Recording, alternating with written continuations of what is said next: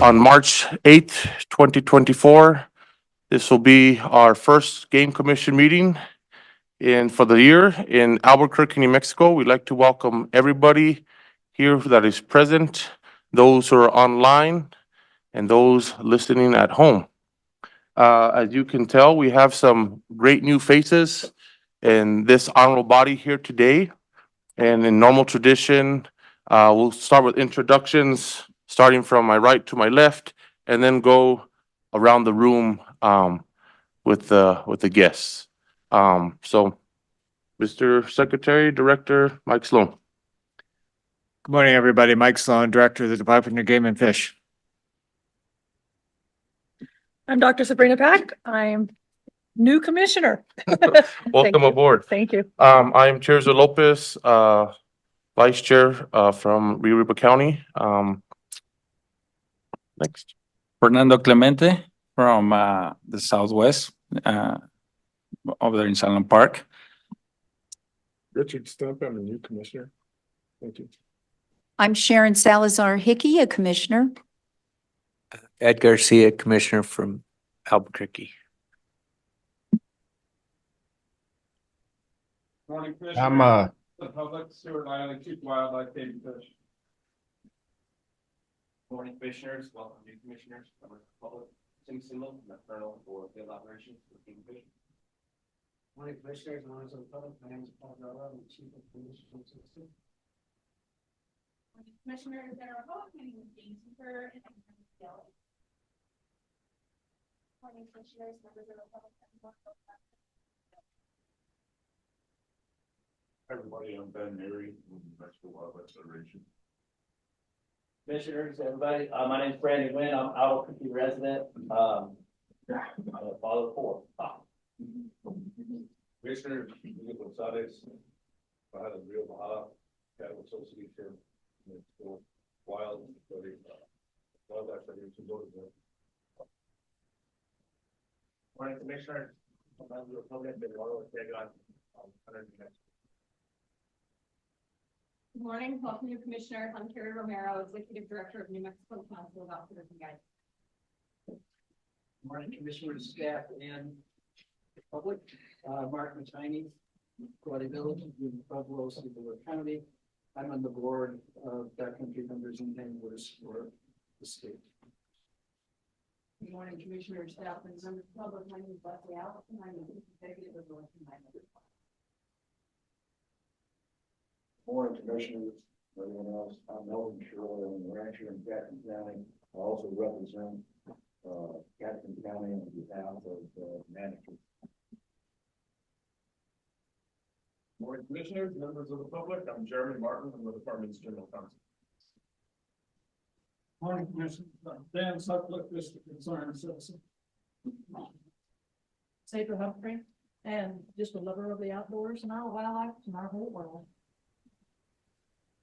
Bob Northford from Albuquerque.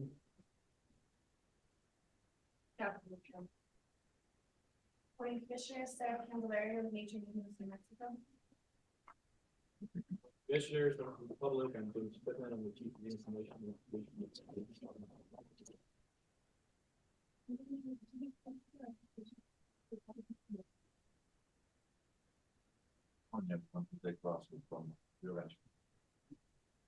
Morning, everyone. Lieutenant Sean Farrell from the Revocation Center.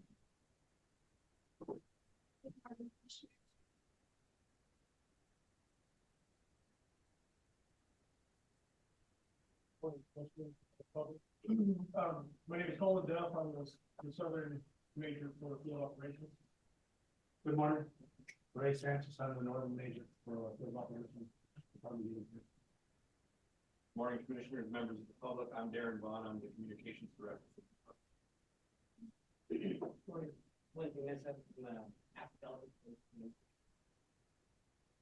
Commissioners, morning, public. Welcome to our new commissioners. I am Don. This is the Chief of Information for Game and Fish, and I'm going to push us over to a few folks we have on the line. Starting with the we have AG rep and Commissioner Wolford here. So Kristen and Commissioner Fulfer, will you introduce yourselves? Greg Flother. Good morning, everyone. Commissioner from District 1 here in Jao, New Mexico. Good morning, commissioners. I'm Kristen Hovey. I'm with the Attorney General's office. I apologize for not appearing in person. I assumed the weather was not going to be super great, so I am online and my camera doesn't work, but I can assure you I'm here. And if you have any questions or anything that comes up, please let me know. I'm happy to help. Thanks. Okay, and we have about 10 online attendees. I will go on down the list and allow them to introduce themselves. We'll start with Aurora Martinez.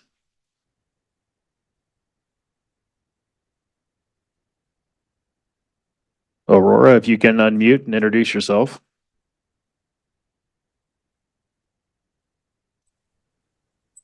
Aurora Martinez with the Department of Game and Fish, Human Resources. Okay, next we have John Crenshaw. John, you can speak to introduce yourself. Good morning, commissioners. Welcome to the new folks. You'll find it a very interesting ride, and we hope to work with you and have a great ride together. I'm a career Game and Fish retiree and president of the New Mexico Wildlife Federation Board of Directors. And welcome aboard again. Thank you. And next we have Adam Gutierrez.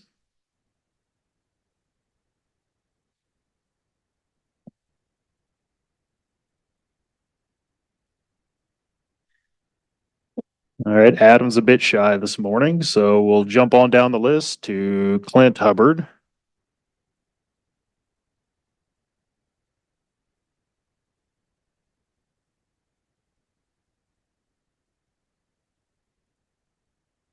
All right, we have a few that are shy this morning. So we have Donnie McDougall. Would you please introduce yourself? Yeah, I'm Dr. Donnie McDougall. I'm a wildlife veterinarian here, and I'm just here along for the ride today and listening and learning. Thank you. And next we have Jesse Dubell. Jesse, would you please introduce yourself? Yes, thank you very much. Good morning, Vice Chair Lopez, Commissioners, and Director Sloan. Jesse Dubell here, Executive Director of the New Mexico Wildlife Federation.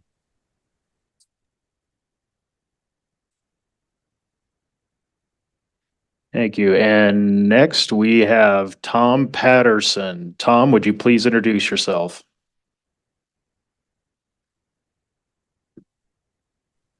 Good morning, Vice Chair Lopez, Commissioners, and Director Sloan. My name is Tom Patterson. I am the President-elect of the New Mexico Cattle Growers Association. Okay, thank you, Tom. And that concludes all of our virtual attendees. Okay, thank you. And we missed agenda item number 2. So Mr. Secretary, would you please call the roll? Mr. Vice Chair, can I just ask Star to introduce herself? Oh, Scott, yes. Everybody here, have a good day. I'm with Game and Fish. I'm marketing INA division. You gotta have that kind of Happy energy. to be here. Gotta have that kind of energy in the room. I can call the roll. Commissioner Stump, Present. Commissioner Salazar Hickey, Present. Commissioner Pack, Present. Commissioner Garcia, Present.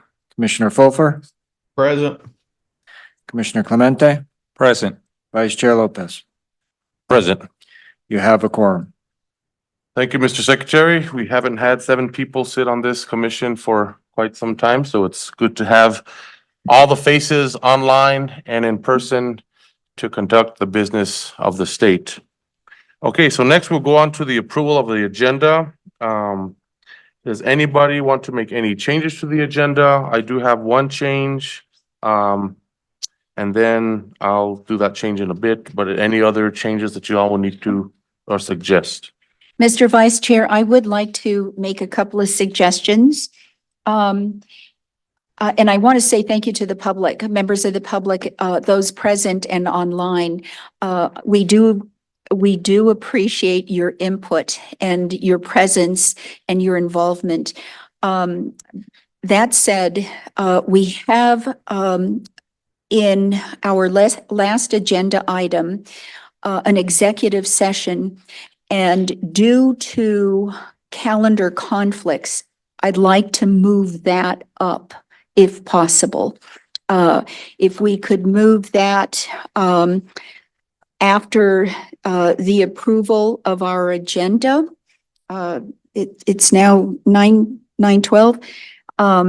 Also, Mr. Vice Chair, I would like to propose to the commission that as part of our welcome to our new commissioners, Commissioner Pack and Commissioner Stump, I'd like to get to know all of you a little bit better. And in that spirit of camaraderie, could we move our election of chair and vice chair to another date?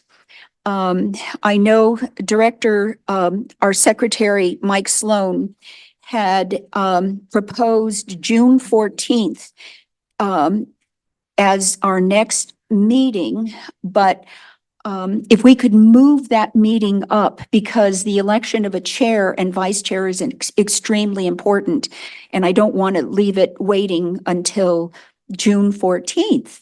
And if you all are in agreement, I would like to make those two particular changes to our agenda. I also have one change as well.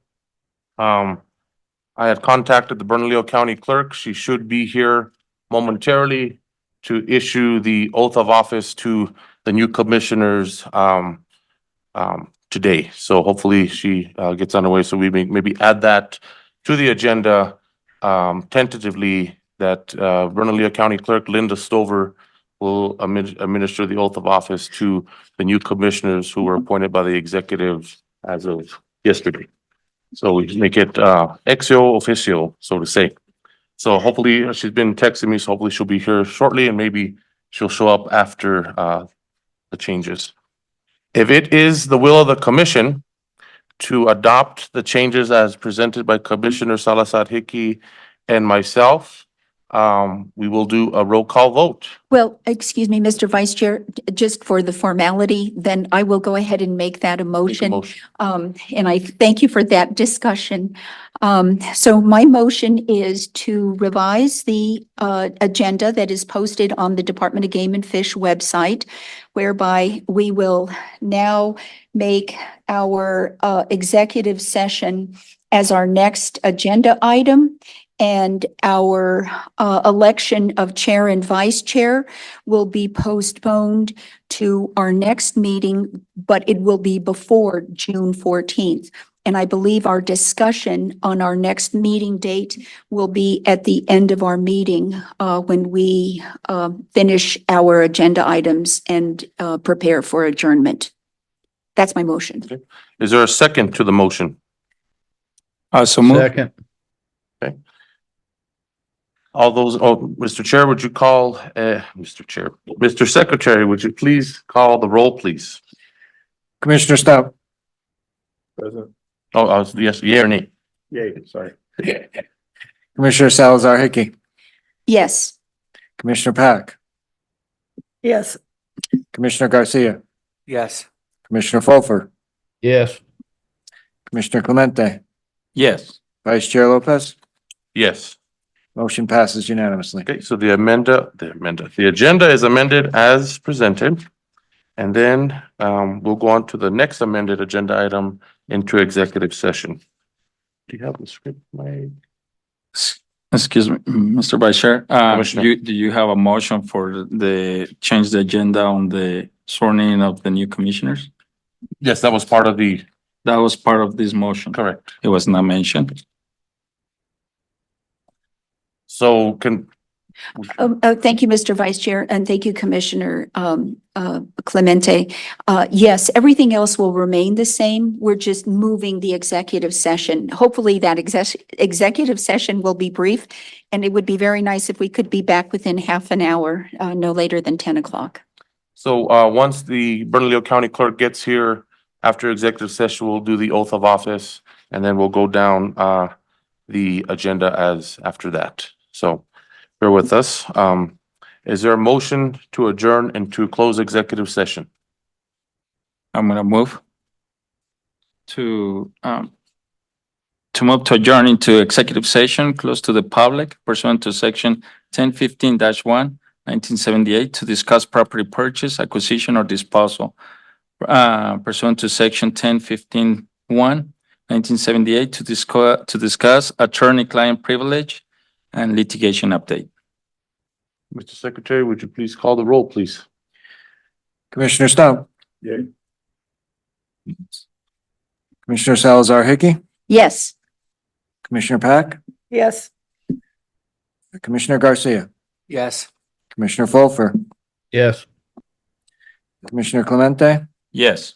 Vice Chair Lopez. Yes, Motion passes unanimously. we are now adjourned into executive session. We shall be back shortly.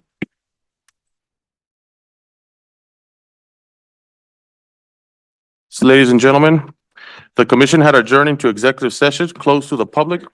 During the executive session, the commission discussed only those matters specified in its motion to adjourn. And we do have some action items from our executive session. Commissioners? Mr. Vice Chair, if I may go first, on the agenda item, under executive session A pursuant to section 10-5-1H8, NMSA 1978, purchase, acquisition, or disposal. Item number 1, McCoy Trust Property, record 23-103. I would like to make a motion about that particular property. That property is 5 acres that are here to the north of the Department of Game and Fish Albuquerque office. I'm on the record, and for those of you that cannot see my hands, I'm going to try and describe. It's a beautiful parcel of land encased by a white metal fence. And that 5 acres, the commission, my motion is that the Department of Game and Fish enter into discussion with the McCoy Trust for those 5 acres, and considering the appraisal price, that we pursue the purchase for that open space. Why? Because it is open space, migratory bird management. It's an important parcel of land, and considering it is just right next here to the Department of Game and Fish, it is a very important piece of property for us to own. So my motion is that we engage the Department of Game and Fish to enter into discussions to purchase. We have a motion. Do we have a second? I'll second. Mr. Secretary, would you please call the roll? Mr. Vice Chair, just for clarity, did that motion authorize the department to enter into a purchase agreement should the terms be agreeable? Yes, that, I thought that was clear, but thank you for the clarification. Thank you. Commissioner Pack. Yes. Oops, sorry. Going out of orders. Commissioner Stone. Yes. Commissioner Salazar Hickey. Yes. Commissioner Garcia. Yes. Commissioner Fulfer. No. No. Commissioner Clemente. Yes. Vice Chair Lopez. Yes. Motion passes with Okay, thank you, Mr. 6-1. Secretary. We have a second motion. Yes, Vice Chair, I would like to move move into motion following the pursuant section to section 1015-1 NMSA 1978 attorney-client privilege litigation update on the Bird Clancy Wildlife Management Area, Record 23101, San Miguel County, New Mexico. And the motion is to move to enter an agreement with New Mexico Department of Transportation to exchange and sell land in Bird Clancy Wildlife Management Area for road and bridge improvements and enhance recreational access. We have a motion and a second. Is there a second? Second, Mr. Vice Chair, just for clarity, I believe that's under item A, number 2, the State Road 63 right-of-way and bridge record 106-23 San Miguel County. That is correct, Mr. Secretary. Pursuant to section 10-15-1H8. My apologies, I did read the wrong section. That is correct. Thank you. Do we have a second? second, Mr. Secretary, would you please call the roll? See if I can get it in the right order this time. Commissioner Stump, Yes. Commissioner Salazar Hickey, yes. Commissioner Pack, Yes. Commissioner Garcia, Yes. Commissioner Fulfer, Yes. Commissioner Clemente, Yes. Vice Chair Lopez. Yes. Motion passes unanimously. Thank you, Mr. Secretary. I believe that is all the action items we had from executive session. Next, we will go on to our next agenda item as amended. The oath of administration of oath to the new commissioners appointed by Governor Michelle Lujan Grisham. With us today, we have the Honorable Linda Stover, the esteemed County Clerk of Bernalillo County, along with her staff. Commissioners, will you approach the County Clerk and she will administer the oath of office.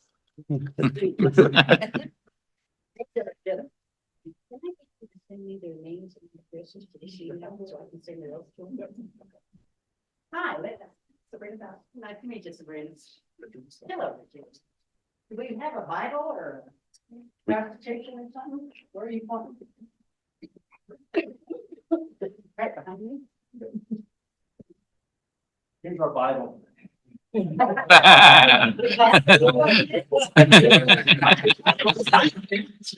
Yeah. Okay, Sabrina, let's do you first, ma'am. This is Crystal Martinez, Pena. She works with me. She's my PIO, so she's gonna take your picture Okay. as we do this. Okay. You wanna hold the hunting rule for her? Okay, have somebody hold it for you so you can raise your right hand. Raise your right hand. You'll come over here. Put your hand on it. You raise your right hand. Put your hand on the hunting rules. All right, are we ready now? You'll repeat after me. I, Sabrina Pack, I, Sabrina Pack, having been appointed to the Commissioner in the County of Bernalillo, having been appointed to the Commissioner in the County of in the Bernalillo, County of Bernalillo, State of State New Mexico, State of New Mexico, support the Constitution support the Constitution of the United States, of the United States, the Constitution and laws of the State of New Mexico, the Constitution and laws of the State of New Mexico, and faithfully and impartially will discharge the duties of this office and will faithfully and impartially perform the duties of this to office the best of my ability. to the best of my ability. So help me God. So help me God. Congratulations, Commissioner. Now you can vote. Why don't you sign here, ma'am? We need. Oh, I was get you getting all- ready to do him. Well, you can, we'll do him in a minute. Well, I didn't mean it quite like that.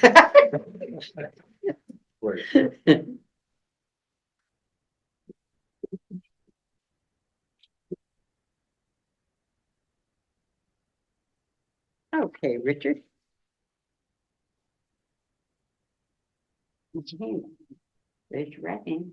I, Richard Stump, I, Richard Stump. have been appointed to the office of the New Mexico State Gaming Commission Yes.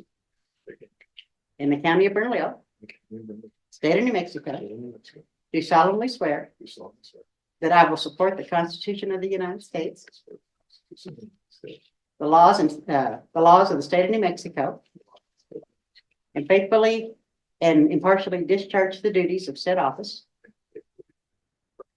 Discharge the duties, said office, to the best of my ability. Best of my ability. So help me God. Congratulations, Commissioner.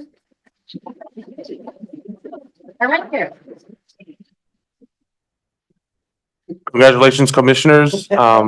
Thank you, Madam Clerk, for coming here on such short notice, and your staff as well, and waiting for us to come back and conduct business. So, Thank you for inviting me.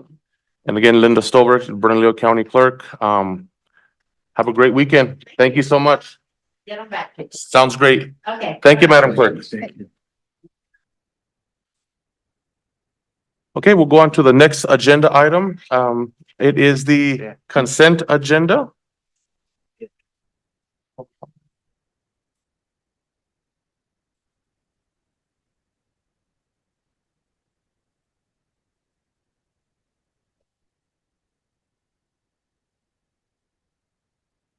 Commissioner, would you like to do consent agenda or public comment first since we rearranged it?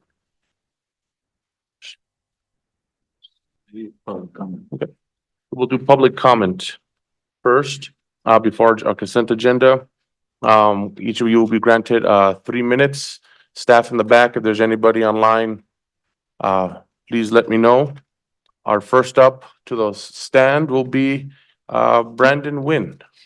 I'm sorry, Mr. Vice Chair, what about the consent agenda? We're gonna do it after public comment. Oh, we are? Yeah. Oh, okay. You know me, I don't even need a mic. Commissioners, my name is Brandon Wynn. I live here in Albuquerque. I'm a 5th generation New Mexican, and I have 2 things. The Bighorn rule expires at the end of this hunting season. So you're probably going to need to rewrite that rule. It was kind of a compromise thing. We had a lot of controversy over the Bighorn rule, as most of the people that, we actually only have 2 left on the commission. So I'd like to see that come up sooner rather than later so we can get this wrapped up. And then second is E+. And so I have a question that I don't expect an answer for. It's a rhetorical question, but how long do you think that the commission can sweep the concerns of the New Mexico public and the aggravation and dissatisfaction with E+ under the rug? We're willing to work out, the people like me that speak for in the interest of the average New Mexico hunter are willing to come to the table and have some compromise.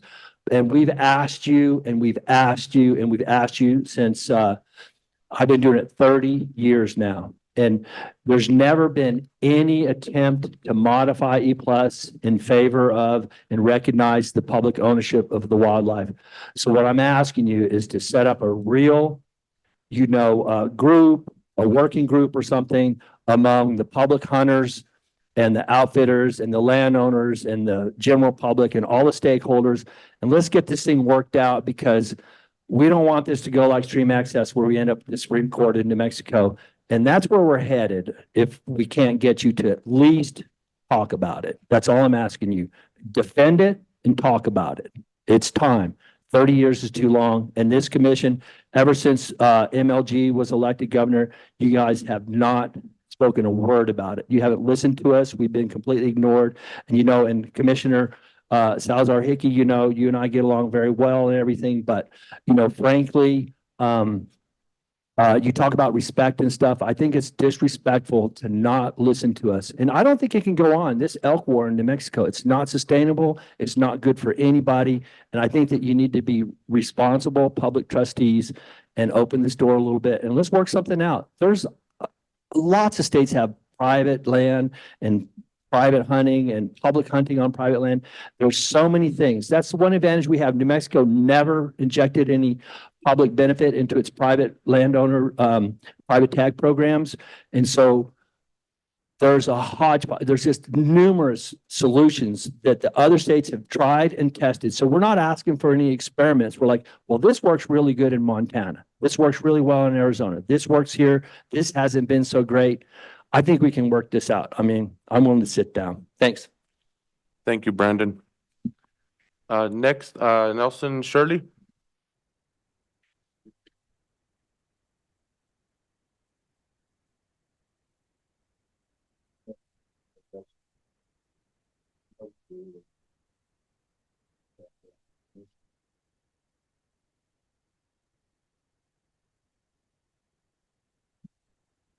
those that represent you in the state.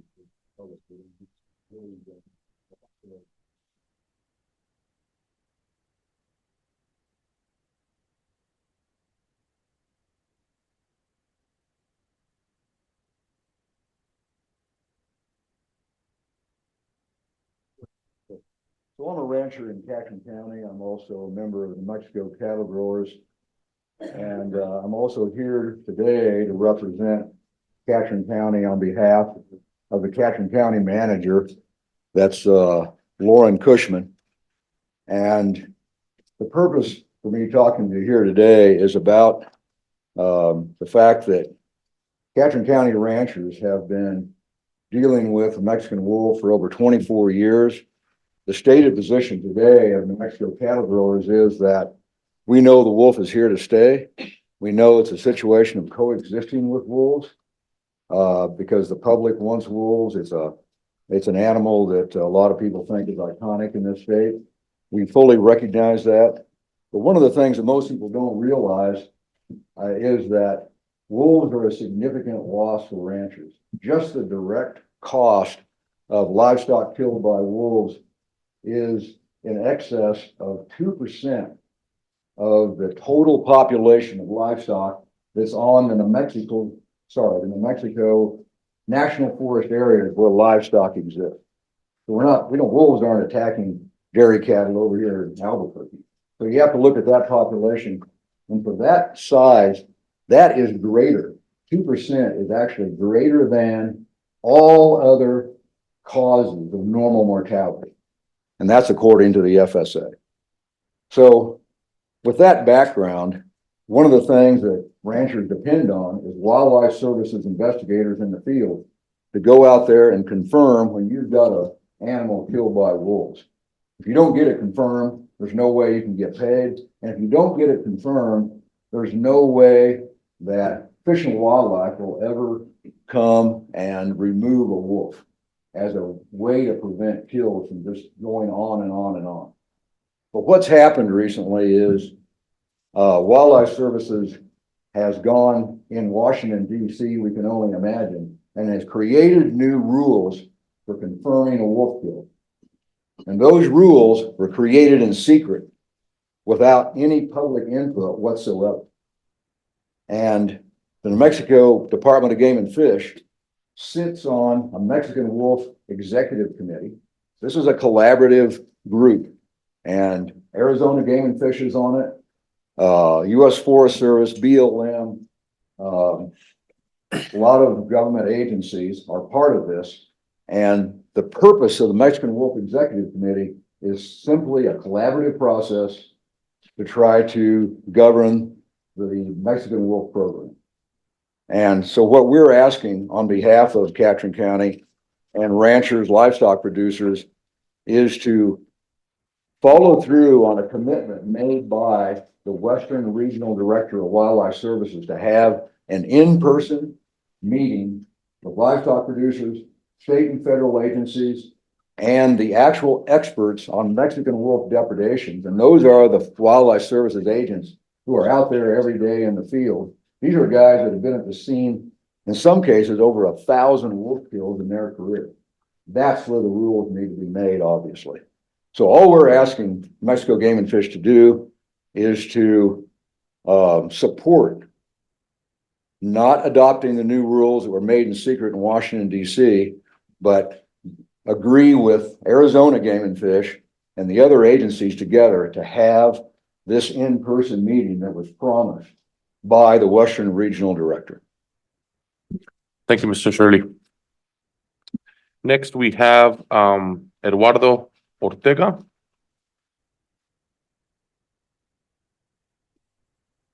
Good morning, Commissioners. My name is Eduardo Ortega. I'm the owner of Hunters New Mexico. I hope all you guys received my letter that I sent to you a couple times.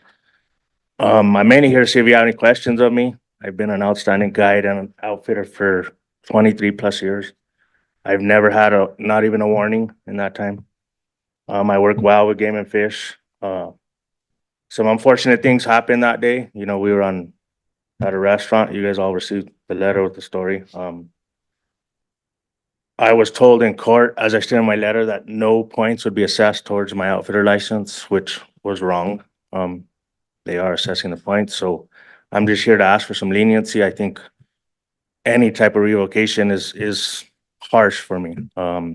This is affecting my livelihood. I'm the sole income of my family.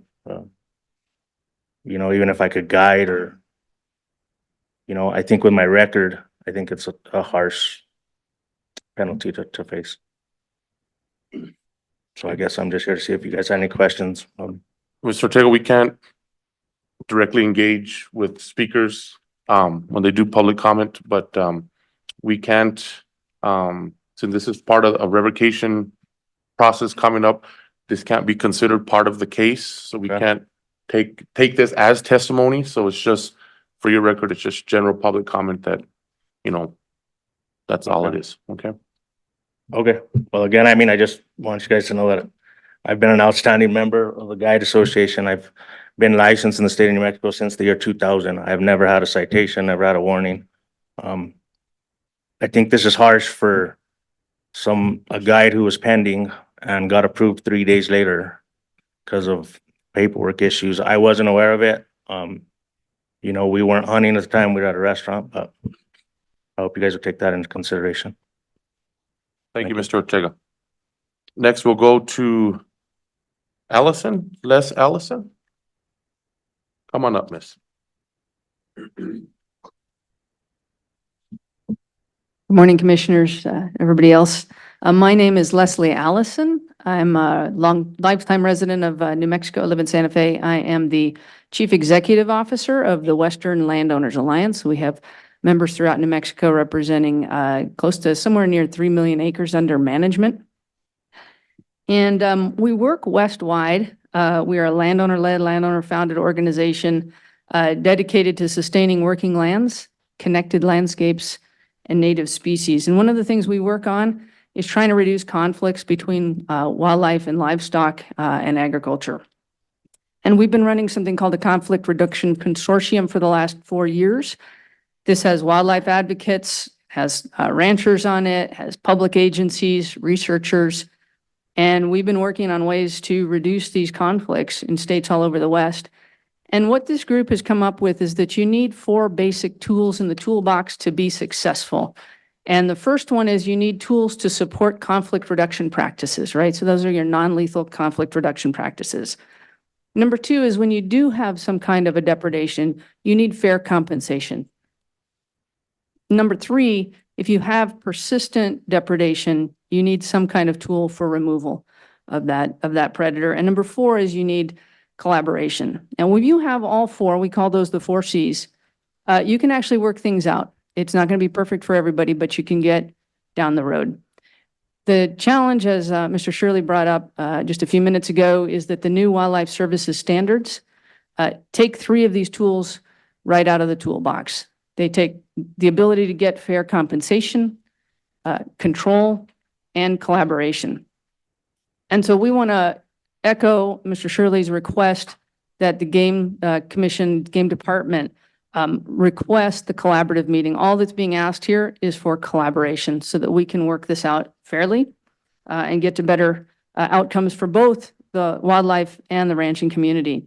And what I want to call to your attention too is that New Mexico is losing 200,000 to 300,000 acres of agricultural land per year. And over 50% of the state is in private land, and that land is the habitat that our wildlife need to survive, including our big game populations, our threatened and endangered species, and of course the game populations, which are the base for predators, right? Every time we lose more of that land, we're losing the habitat, and we're losing your all's mission and what we stand for. Every time we put more downward economic pressure and regulatory pressure on these agricultural lands that are already struggling, we accelerate that loss. And so we're here today to say, we hope you'll take the collaborative path. We hope you'll work on win-win, not win-lose solutions with us. And we need a future of conservation that works with and not against agriculture and the people out there on the landscape. Thank you. Thank you, ma'am. Next, we have Ralph Gutierrez. Yes, I just got a question. I was wondering what I would need to do or what anybody could do to change the ruling on draw hunts for senior citizens to see if we can't get a permit when we put in. That's not the money, we pay the money, but we shouldn't have to be put into a draw. We lived here all our lives in New Mexico. We should just be able to get a hunt. We don't know if we're going to be able to go next year or the year after. We don't know when our last year is going to be. So I'd like to see what we could do to get that changed. Okay, yes, Gutierrez, I think we've spoken before on this, maybe not. The only way, we can have these type of discussions would be not during public comment, because we can't, really discuss with public commenters, so to say, but I'm sure the staff and the commission will be more than welcome to sit down with you. We can get your contact info to have these conversations. Our director here, I have your phone number here. We can have them follow up with you, at least so you can, give us some Okay. ideas that we can consider whenever that rulemaking process or legislative action, if and were to occur. But we will have the staff to contact you. Okay. Okay? All right. Thank you. Thank you, sir. Mike, there's his contact info. Okay. Next, we have, Mark Hammond. Thank you, Commissioners. I'm Mark Hammond. I'm from Albuquerque. I'm a transplant from Maine.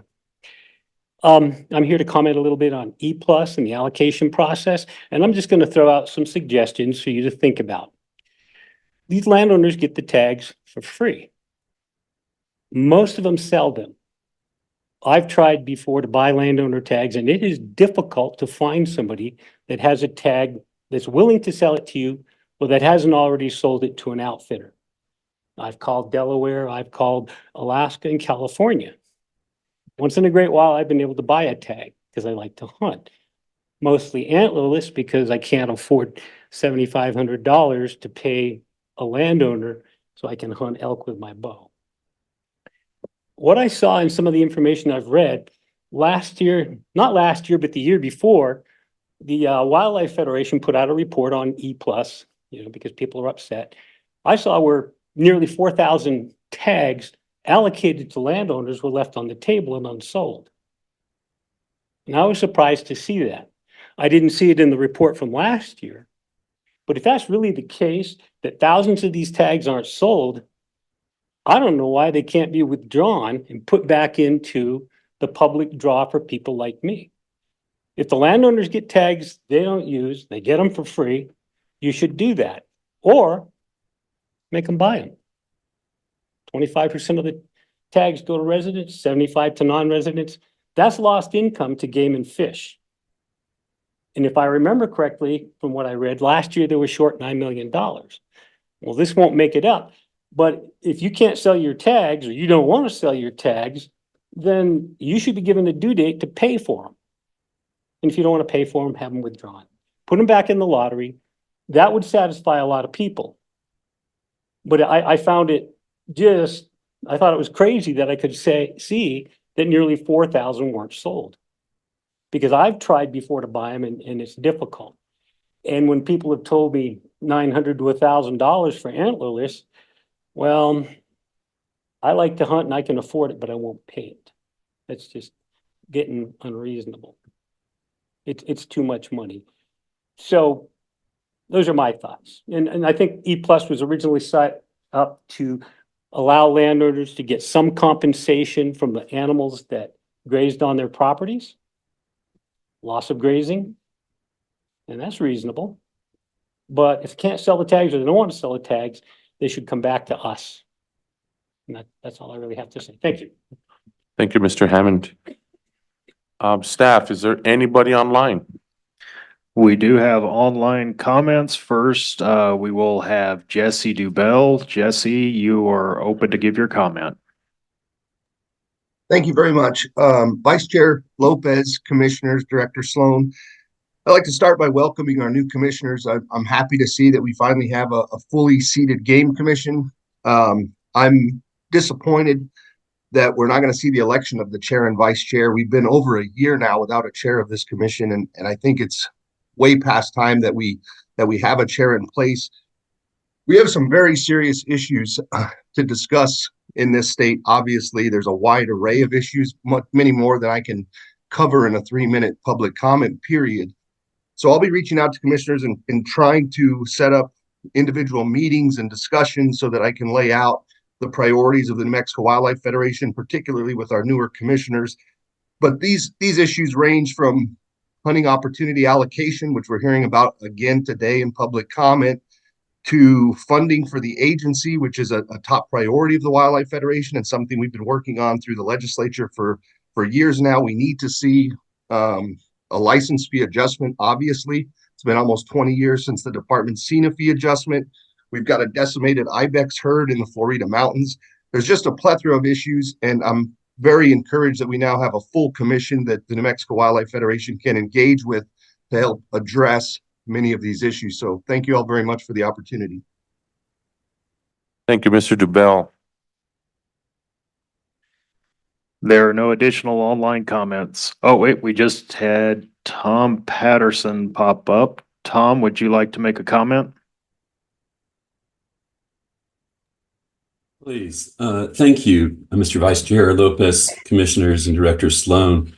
I ranch in Catron County in the heart of Mexican wolf country.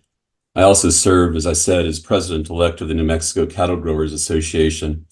As Mr. Shirley and Ms. Allison have said, now before the Mexican Wolf Executive Committee is a Wildlife Services proposal to change the rules on the evidence that a field investigator must have in order to confirm a Mexican wolf depredation on livestock. The New Mexico Department of Game and Fish will vote on whether to approve those proposed rules. The evidence standards to confirm a wolf depredation have a significant impact on livestock producers. Federal funds to compensate for wolf depredations are available only for confirmed depredations. Unlike what you'd expect in any law enforcement investigation, and in a radical departure from from current rules, Wildlife Services proposed new rules in SOP 11.1 would prohibit field investigators from considering all the evidence available in deciding whether to confirm a kill or injury as a Mexican wolf depredation. Wildlife Services has yet to admit what its real agenda is with its SOP 11.1. The responses they've given to date about why they want to change the rules are flatly wrong. Regardless, a year ago, cattle growers asked Wildlife Services for a meeting to review and discuss any proposed new standards, a meeting that would include people who have real-world actual experience with depredation investigations. In separate calls with the New Mexico Cattle Growers Association on April 18th last year and on April 20th of last year, both of which I chaired, Wildlife Service agreed it would do so. Wildlife Services has reneged on that promise. We have never had that review with people who have experience on the ground. Instead, Wildlife Services is now asking the Mexican Wolf Executive Committee to approve the new standards.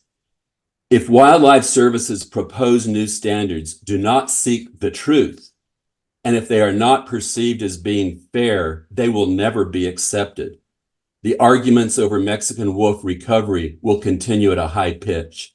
Respectfully, cattle growers request that the Game and Fish Department not approve Wildlife Services proposed standards at a meeting now scheduled for later this month.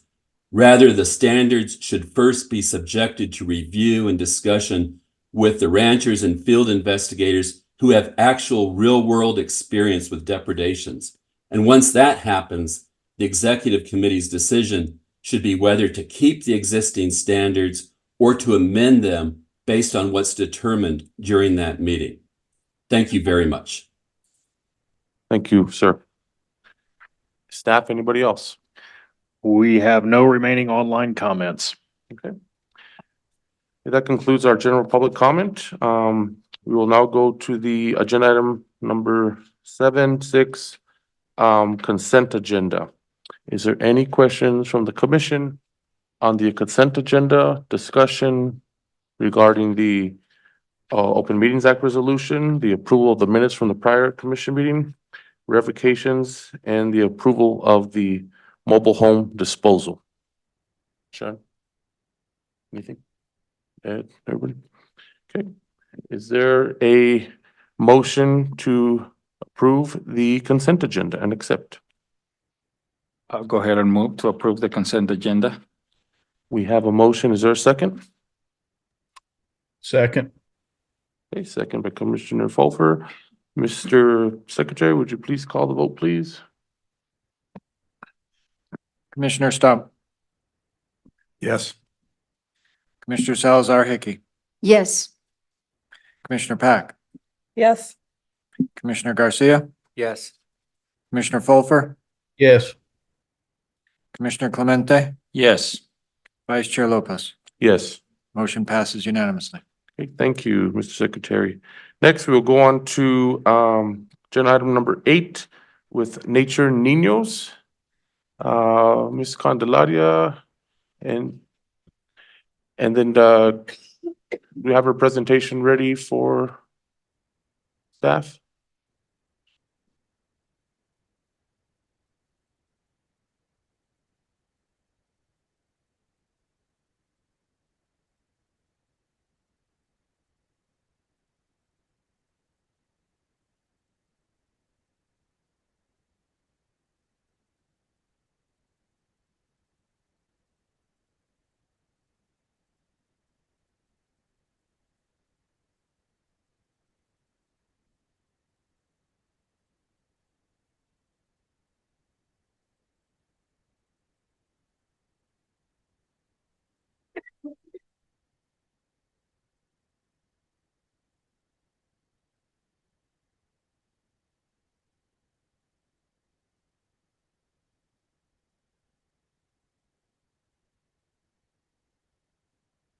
While we're waiting for staff to get everything ready, Mr. Secretary, would you care to discuss the reorg regarding the position seats?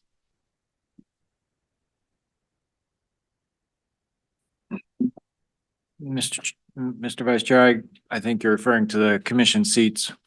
As my understanding that with the new appointments, your position would be moving to represent kind of that northwest quadrant of the state. I forget the district number specifically. And that Commissioner Stump will be the landowner representative and that Commissioner Pack will represent kind of that southwest corner of the state, Grant County, Catron County. Otherwise, the rest stayed the same.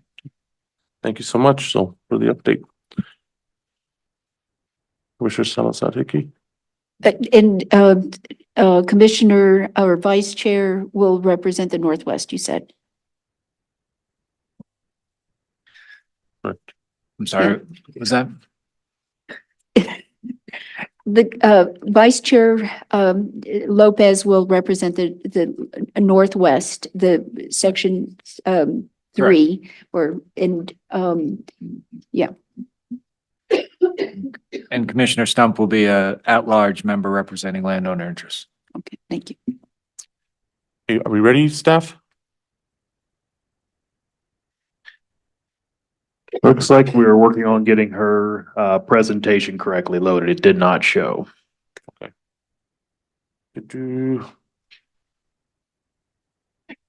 Sarah, is your time flexible a little bit or? Okay.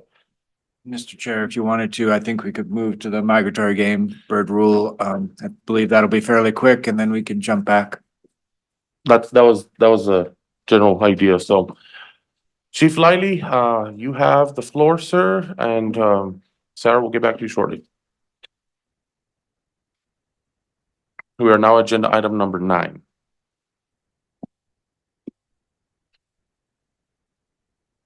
Mr. Vice Chair, members of the commission, for those of you that have been on the commission before and heard this presentation, this is our annual migratory game bird rule, initiation of the rule-making process. For those of you that are new, we work with the U.S. Fish and Wildlife Service, migratory game birds, specifically ducks, geese, cranes, etc. We work with them because they are migratory birds and the U.S. Fish and Wildlife Service does have some regulatory authority over them. We work in conjunction within the frameworks that they determine on how we could hunt and number of days, what species, bag limits, et cetera. We work through a flyway system to determine those on an annual basis. We are in that process right now.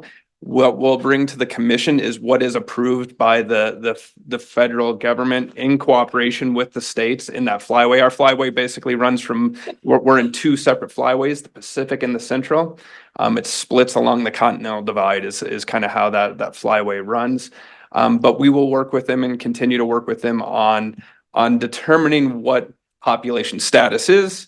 That then determines our season lengths and our bag limits. So changes that we're going to see for the 2020, and we are speaking about the 2025 season, not the 2024 that has already been set by the commission last year. Excuse me, we are working on 2024. We just finished out the 23-24 season. We are working on the 24-25, which would start September 1st. We can go more restrictive than the federal government allows us, or we just can't go more liberal than what they did. So we could have fewer days if we wanted to, or we could have a more restrict bag limit, but we can't go more liberal in terms of number of days we can hunt or a higher bag limit. The changes that we will see coming for this next year in our Central Flyway SCOP, bag limit will be 1 for SCOP on a daily bag limit. We do get an allocation of sandhill crane on a Rocky Mountain subpopulation. That population typically winters around Bernardo along the Middle Rio Grande, with some in the southwest. We get an annual allocation that we cannot exceed in terms of harvest. That determines our draw permit numbers. So there is a draw permit number that we will be allowed based upon our allocation. That allocation comes out in April annually, and then we'll come back to the commission at the next commission meeting to discuss what that allocation is going to be, and that's what we'll propose to the commission for adoption of the rule, which will occur in August. And for the new commissioners, I apologize. You'll hear this presentation 3 times. This is initiation, our general proposed. Next commission meeting will come in with the department's recommendation, and then at the last commission meeting in August, again, we will that's when you will adopt the rule for the season. One of the other things, the State Game Commission owns the Bernardo Wildlife Waterfowl Complex. We did a lot of rework on that in the last few years, did a lot of upgrades to water delivery system, moving water around, et cetera. One of our proposed changes is we have a D unit, a pond that was created out of that we're proposing opening up for handicapped accessible waterfowl hunting. It would be a new area that we would open specifically for that. We did design blinds that are handicapped accessible, et cetera. So it'd be a new area opened. We will have public meeting either at the end of this month or the 1st of April. It'll be posted on the department's website, and we'll send out their email blast. But it'll be a hybrid meeting, most likely held here at the office in Albuquerque to discuss the proposed changes to the rule. Our sandhill crane, that's the kind of the biggest ones we hear on an annual basis, our allocation. We had our all-time high allocation for the 23-24 season of 905. We didn't meet that. We can't exceed that allocation.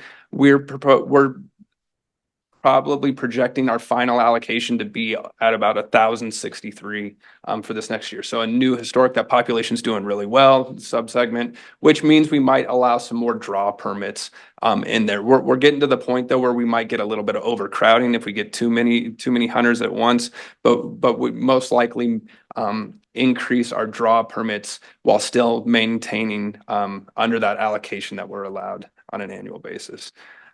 This is our general proposed hunt dates for the north and south. This is for the Central Flyway.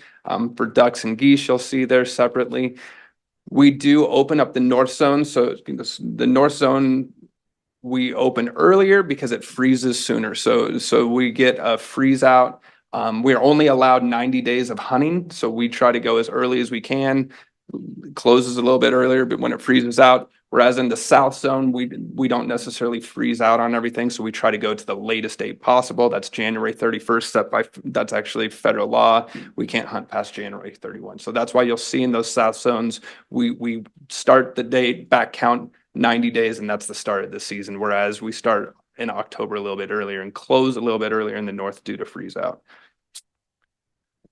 And then in the Pacific Flyway, we're afforded a few more days there. It's a 107-day season there, and you'll see that we are able to run again on a little bit earlier because it's a little bit longer of a season, but we go all the way to the January 31st close date on that, starting on the 19th. That's a 100-day season. Because our birds are a little bit of a concern on potential overharvest, we just have a shortened season instead of a restricted bag limit. We just shorten the season on exposure dates on that.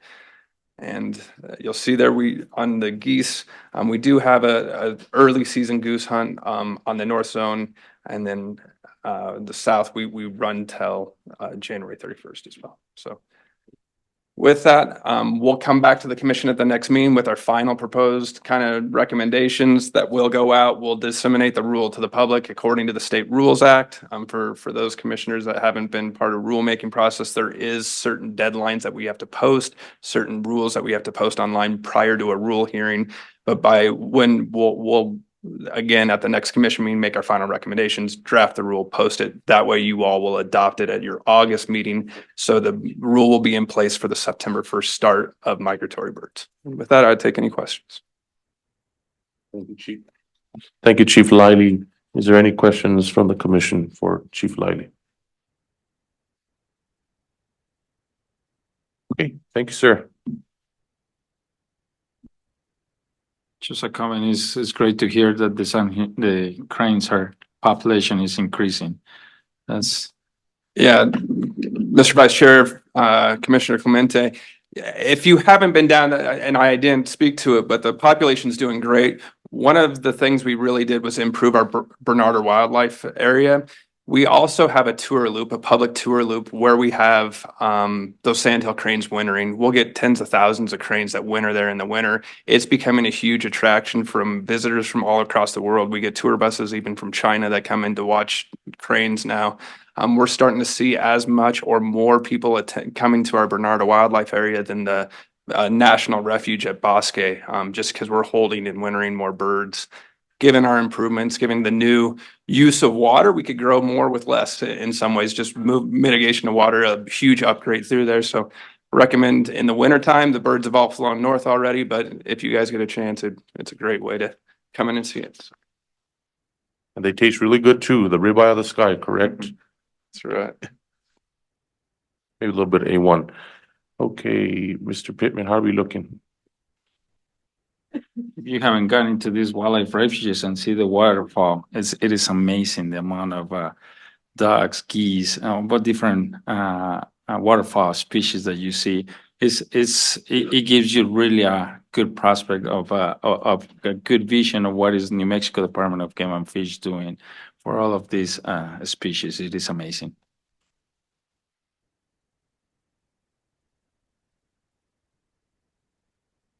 Okay.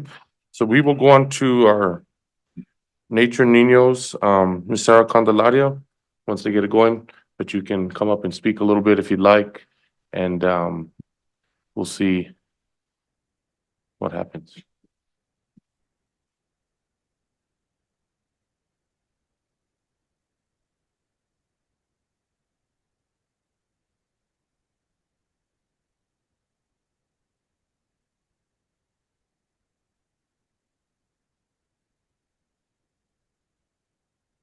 Good job, guys. That's why we pay them the big bucks.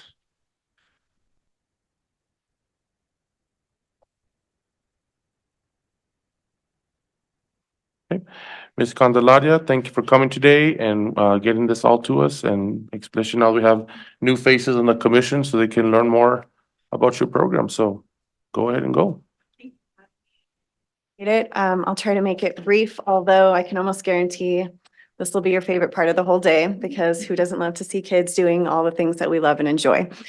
So today's presentation is mostly just to kind of introduce you a little bit about Nature Niños and our partnership with the New Mexico Wildlife Federation.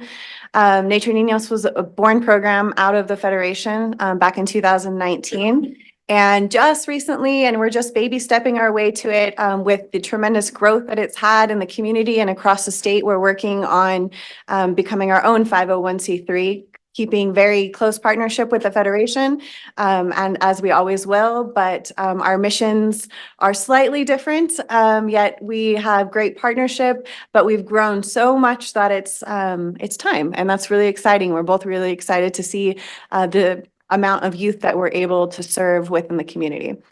I was going to play this video, but it looks like it's not live, so we're gonna skip on. This is a really cute documentary, and there's a link for it at the end if you want to actually watch it. Some of our kids and our youth that do participate in the program. So just talking a little bit about what kind of who we serve.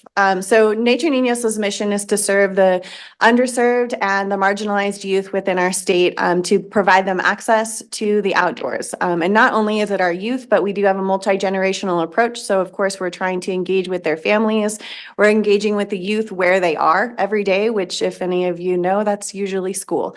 So we do a lot of school partnerships. We partner with a lot of Title I schools here in the Albuquerque area to be able to serve these youth and get them outside, get exposure to fishing, get exposure to hunting, to archery. And a lot of that has been housed with an integral part of the Department of Game and Fish. We've had strong partnerships with the fishing opportunities here, our archery opportunities. And so that's what this is basically going to highlight. And I'm going to talk fast through this because then we'll get to the pictures, and that's the fun part.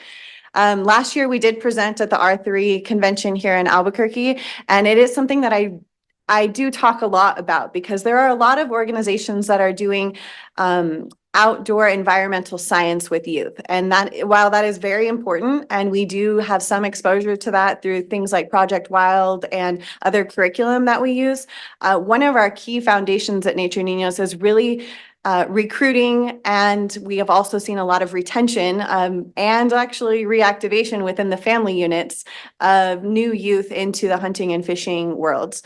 And while we do provide that environmental ed science, like I said, most of our activities revolve around getting youth connected to sustainable eating and making sure that they understand that the animals on our state lands are also theirs, and making sure that they understand the process of what it means to actually become someone who goes fishing and someone who goes hunting. And those are layman terms because those are exactly how we talk to the kids, right? We want to make sure that they fully understand that the wildlife here in New Mexico belong to them just as much as they belong to us that are sitting in this room.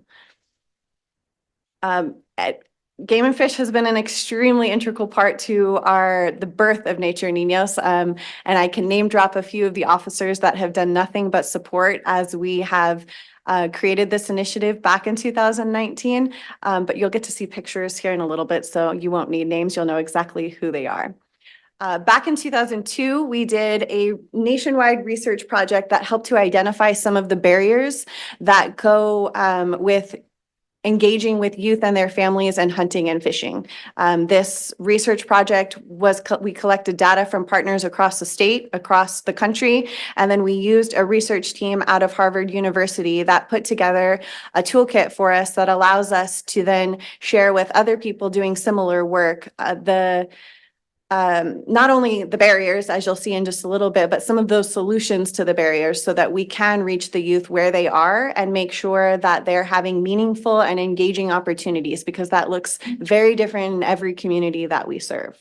So through that research project, we have identified 4 main barriers: cost, obviously, transportation, huge one, especially here in New Mexico, adult mentorship, which is where Game and Fish has come in to a lot of help with our program, and then community perception with hunting and fishing. And, throwing that out there, and you'll see this, and we have a lot of communication with our parents around this, but specifically around shooting, right? It's a huge community perception and a barrier that we've had to really overcome, that we can provide safe and engaging opportunities for youth.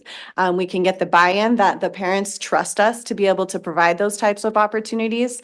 And then once we get the buy-in from a family, they spread the word, and it only gets that much easier to have more youth involved. And one of the key components also, since we're talking about that shooting aspect of it, is once kids go through our program, we're always encouraging them to go and get their hunter safety education course through Game and Fish as well. So it's really a stepping stone to get to that next step so that those kids will continuously be involved in Game and Fish's program as well. some of our solutions is making sure that we're providing access where access is hard to have. Critical partnership. This is one of our key pillars within Nature Niños. While Game and Fish is a key partner to us, we have lots of what most people would consider atypical partnerships. We provide opportunities for youth to engage in nature and have these experiences with partners that most people would be questioning bringing to the table. We have storytellers that we bring in on our public land hikes to really provide that gap and that opportunity for what we like to call families and youth that have nature nerves. We want to make sure that they're being able to feel comfortable in a space so that they can grow to be able to become hunters and anglers, right?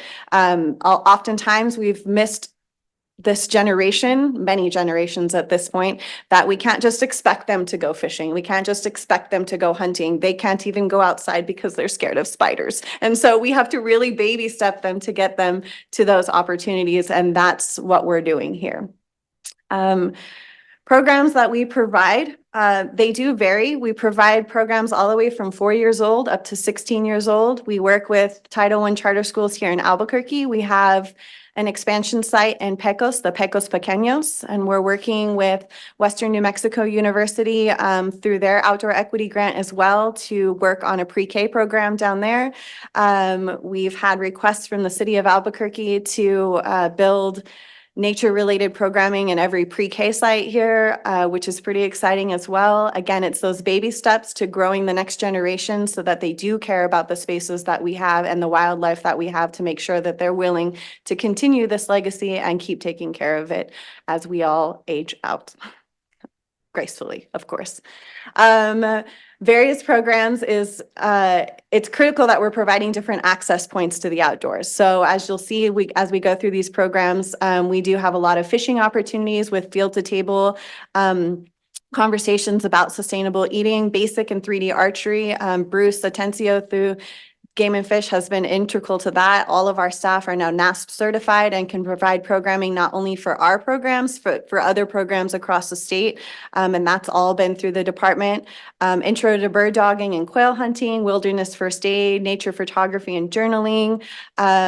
We do a lot of public land hikes, and often the officers will come with us on the public land hikes and introduce our youth not only to concepts, but we also feel like it's extremely important for our community to be actively involved with Game and Fish officers because sometimes they can look intimidating, and that goes back to that community perception, right? So if someone shows up in a uniform, we want them to feel comfortable. We want them to know that Game and Fish is there to support them and help them and teach them, necessarily for the youth to be afraid of them. And so there are many different components as to why we feel it's critical that we're partnering with Game and Fish throughout our programming. Okay, so here you go. Here's our fun pictures. We do a lot of fishing. Fishing is my absolute favorite thing to do. So it's been an integral part of our programming. Dennis Segura through Game and Fish has been just absolutely wonderful. Attends almost all of our programs, has taught my staff also I have lots of baby staff who'd never been fishing before, which is just crazy a concept to me, right? And so Dennis has really taught them how to engage with the youth and all the different integral steps and teaching them how to properly handle fish. And it's just been a beautiful partnership, again, from the very beginning. Most of you, I would imagine, if you know anything about Albuquerque, can identify this. This is actually Shady Lakes, which is where we do most of our programming out of.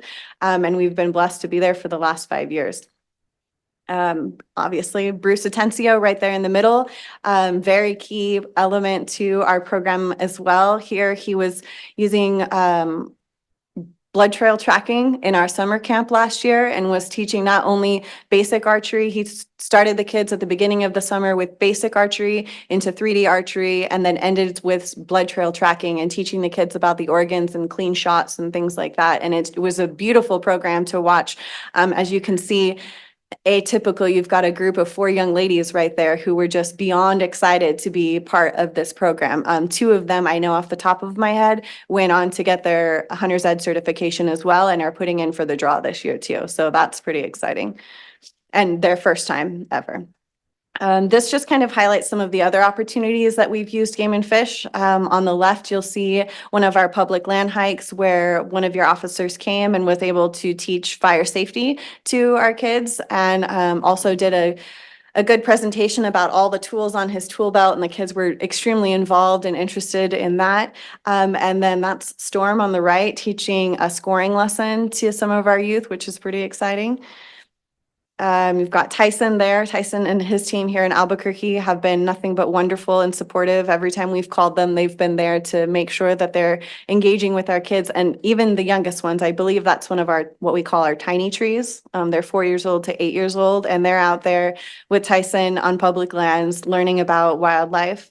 The picture on the right is from our fall fiesta last year, where we were able to have the pellet guns trailer out and engage with over 500 people in that day that came through, and we're able to use Game and Fish's resources to really bolster, as you can see, probably a little young lady that may not have ever shot a gun before there, so that's pretty nice.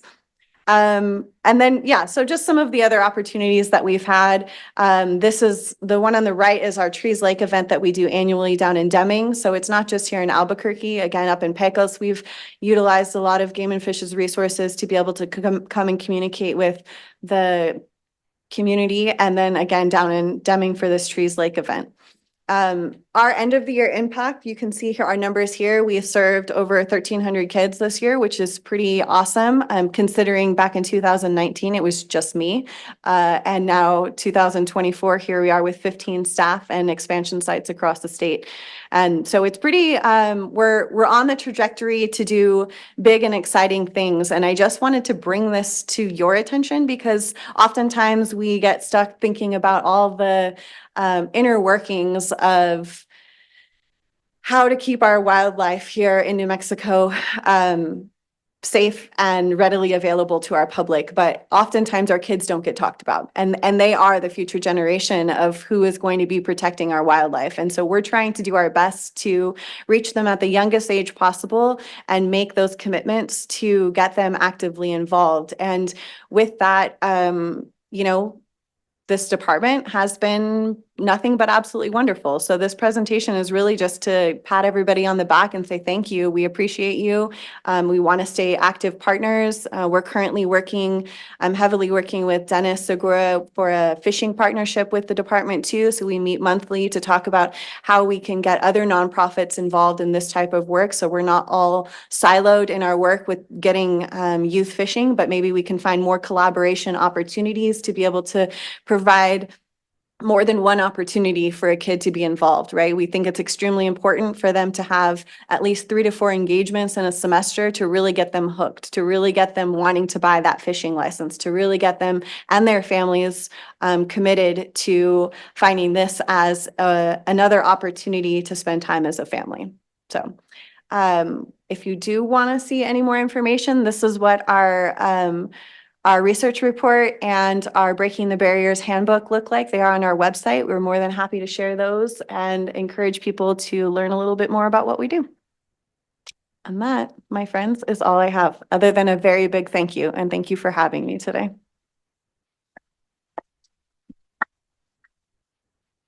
Any questions, concerns? Any questions from the commission? Nope. Wonderful. Thank you again. I Thank you, appreciate Ms. Candelaria, for bearing with us and Yeah, being here thank you. today, and the work you're doing, and the staff as well. Thank you, Mr. Segura. He was here earlier, wasn't he? I thought I saw I him. haven't seen him today, but I'm going to find him before I leave and Um, thank him again. Once again, thank you so much and have fun. Thank you. I appreciate you guys.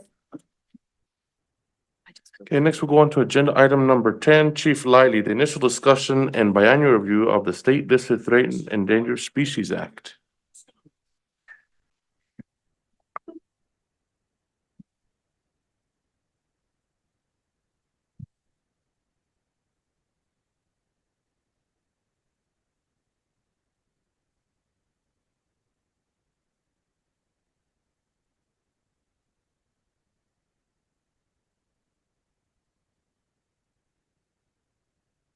Good.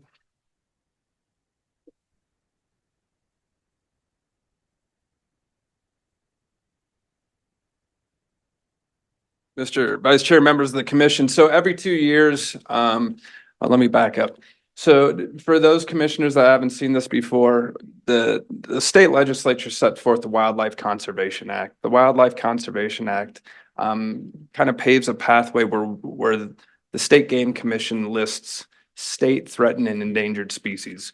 Separate and apart from the Endangered Species Act, that's a federal level. This is a state level endangered and threatened species kind of act. It's to kind of conserve those species that are at greatest risk.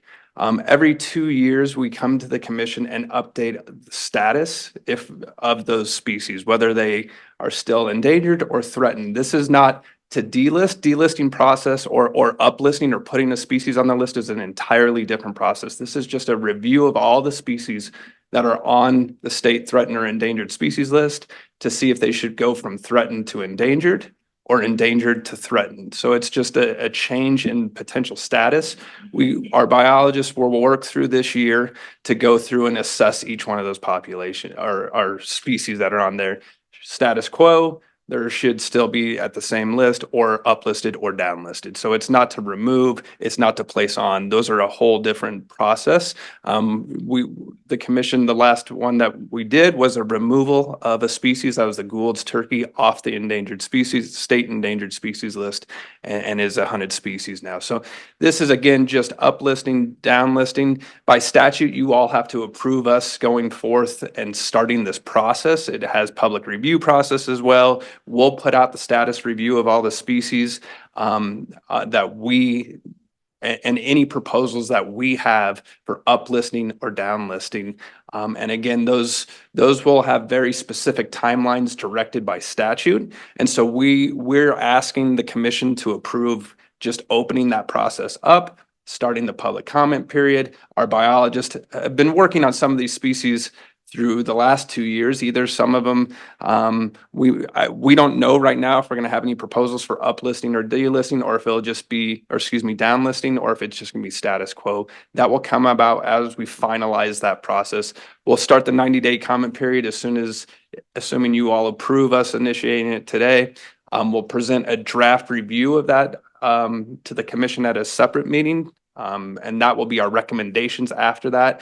We'll then have, depending upon that, what our recommendations are. If the commission's in agreement with that, we'll put it back out for a 14-day public comment. That's again, these are statutory requirements on our comment period. It was set forth by the legislation, and then come back for final adoption from the commission. What you see there is the actual numbers of species that are listed in the state threatened endangered species list. 61 threatened, 55 endangered, broken out by different taxa. Some of those species are also federally listed, so it's not exclusive. There's some that are both state listed and federally listed. Obviously, those that are at the federal level, even if the state delisted it or changed the listing status, it doesn't change the federal status of it. So a lot of those species are also federally listed under the Endangered Species Act as well as the state act. But there are definitely some that are just state listed. But again, this process today is just opening that initiation of that. We'll go out to the public. We'll come back with that thorough analysis back to you at the next, probably depending on you schedule your meeting sometime this summer, and then adoption of the recommendations this fall. So with that, I would take any questions that you may have. Okay, is there any questions for Chief Liley?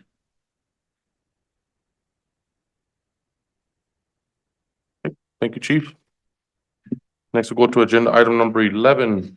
Actually, Mr. Vice Chair. Mr. Vice Chair, I was going to make a motion. Oh, May I? it is a motion. I'm sorry.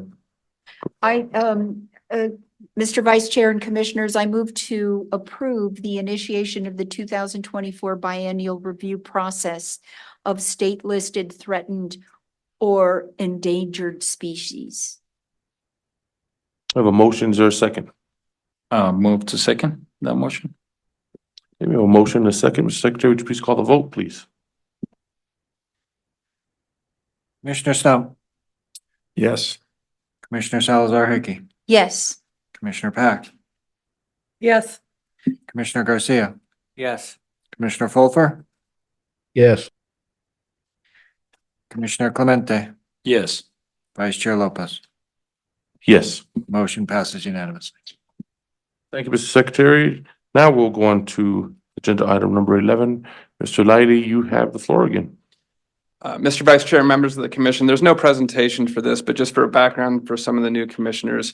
The department, in cooperation with the federal land management agencies, Bureau of Land Management and the Forest Service, administers the Habitat Stamp Program. All fishermen and hunters in the state of New Mexico buy this stamp that we then put the work back out on the ground to improve habitats on those federal lands in cooperation with the federal government. There's a pretty big revamp, if you will, of the program a few years ago. We created a larger citizen advisory committee. It's always had a citizen advisory committee associated with it. They're members of the public that help advise on what they would like to see done on public lands from a habitat perspective to benefit fish and wildlife and hunting access and those kind of things. And those members help to they hear presentations from the department and the land management agencies on projects, and they kind of help to prioritize those projects across the landscape and funding and where it goes. What this is today, we have 5 members. The term expires at the end of the month. The commission sets forth the new members were proposed. How the rule works is the department brings recommendations, the recommended new members to the commission for approval of those. We're setting forth that. It's a 9-member citizen advisory committee. Those, again, 5, their terms expire at the end of this month. The remaining expire in 2 years, excuse me. And what we're proposing is appointing the 5 members that were in your brief and at the brief for the public to a term of 5 years to serve as citizen advisors across there. There's certain similar to the commission appointments, there's certain districts and certain qualifications, farm, ranch, et cetera, that we have, and we're filling those positions specifically to replace the same members that came off the position, off those positions where they expire. So there is a list. You all were provided a list of 5 individuals that we recommend for appointment and think they would be good to be citizen advisors to our Habitat Stamp Committee. So with that, I would take any questions you may have about the appointments or recommendations or anything else.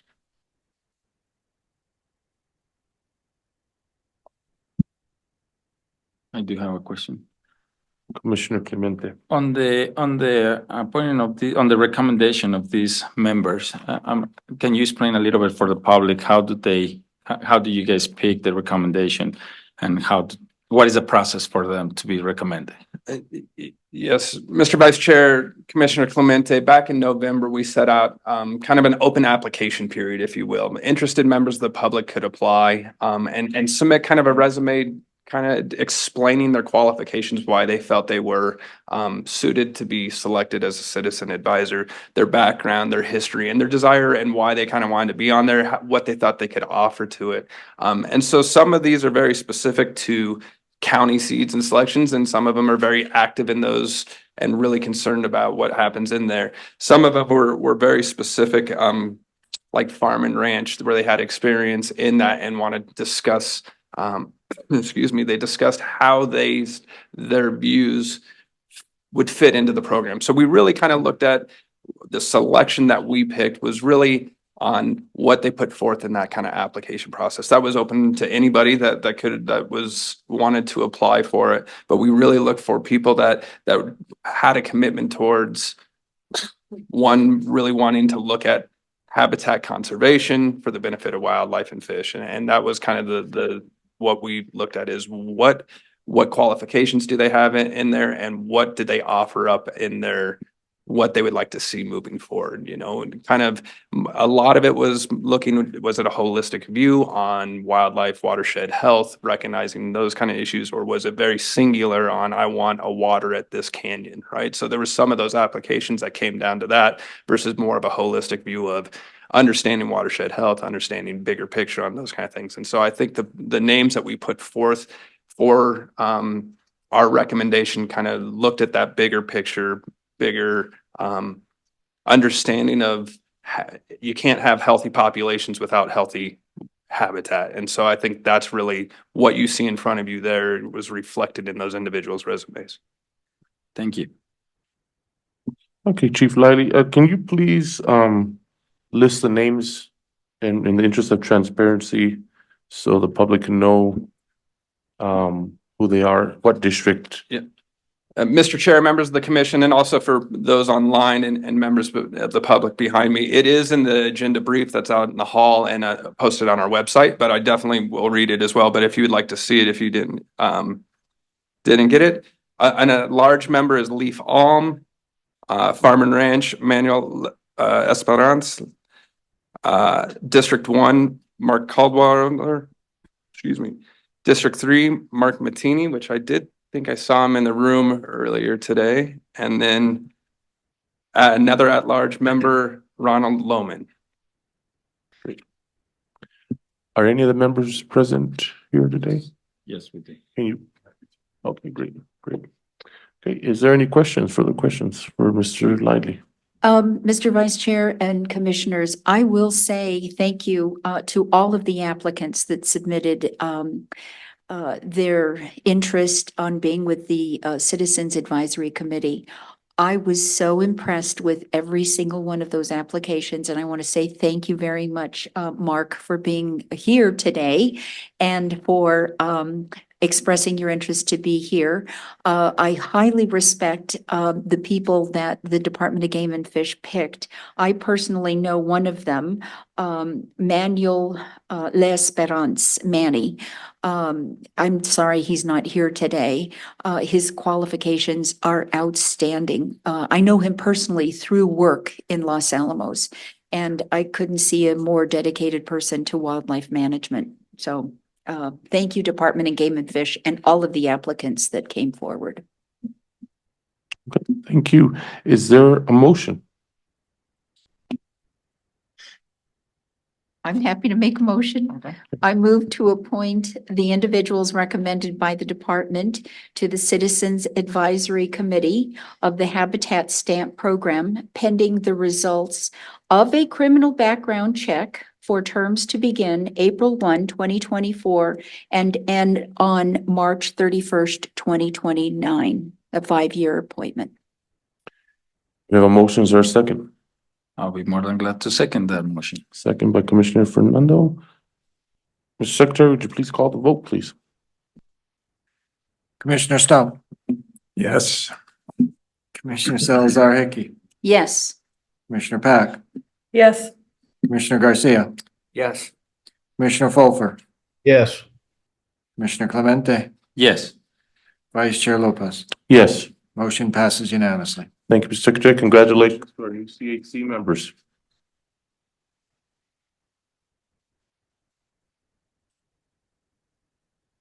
Okay, next we will go on to agenda item number 12, rule hearing on Hunter Education Rule 19.36.3 NMAC. This is an action item. Mr. Pittman.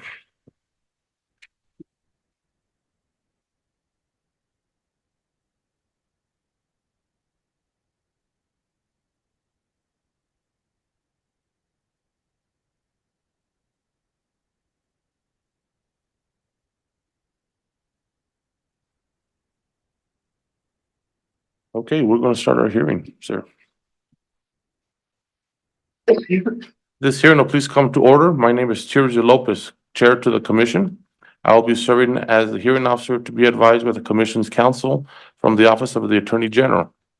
The purpose of this hearing is for the Commission to receive public comment on repealing and replacing the Hunter Education Rule, Title 19, Chapter 36, Part 3, New Mexico Administrative Code, which will become effective April 1st, 2024. These hearings are being conducted in accordance with the provisions of the Game and Fish Act, the State Rules Act. These hearings will be audio taped, video recorded. Anyone interested in a copy of the audio tape and video recording should contact Ryan Dar with the New Mexico Game and Fish Department.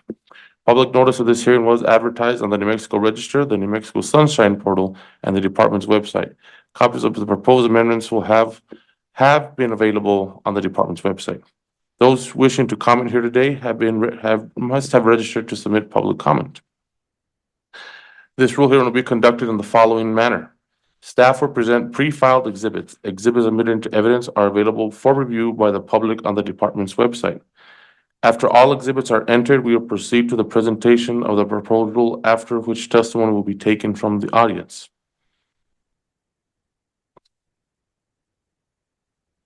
Participants are asked to wait until they card to speak. In order to ensure that the hearing is accurately recorded, 1% at a time shall be allowed to speak. Any person recognized to speak is asked to identify yourself by name, who you are affiliated with, which time you will be recognized, and speak loud and clear and accurately record your comments. After a person has offered comment, they will stand for questions from the hearing officer. The audience will ask questions. The audience may also ask questions for anyone offering comments after being recognized by me. These hearings are not subject to judicial rules of evidence. However, the interest of the efficiency, I reserve the right to limit any testimony deemed irrelevant, redundant, or unduly repetitious. The commission may discuss the proposed new rule after public comment portion of the hearing. Final commission action, including adoption of the rule, may occur after the conclusion of the presentation and the public comment period for each hearing. Okay. Hearing item number 12, New Mexico Education Rule 9.36.NMAC hearing. This hearing is now open. Are there any exhibits for the proposed amendments to 19.36.3 NMAC for the record? Mr. Vice Chair, I wish to enter 6 exhibits. Exhibit 1, the notice of the rulemaking. Exhibit 2, the proposed rule that was posted on the department's website. Exhibit 3, the presentation that I'll be giving today. Exhibit 4, the summary of our proposed changes. Exhibit 5, the technical information we relied upon. And Exhibit 6, the 44 comments that we received during the rulemaking process. Exhibits 1 through 6 are admitted into the record. Thank you, James. James, can you please introduce yourself to proposed amendments to 19.36.3? Good morning, Mr. Vice Chair, members of the commission. James Pittman, I'm the Chief of the Information Education Division, and today I'll be providing information relevant to the rule hearing on the Hunter Education Rule. So just a quick reminder of our timeline of rule development. This was first presented to the commission at the August 2023 meeting. We had a follow-up presentation and a subsequent discussion at the October 2023 meeting, and we have our final presentation here today at the March 2024 meeting.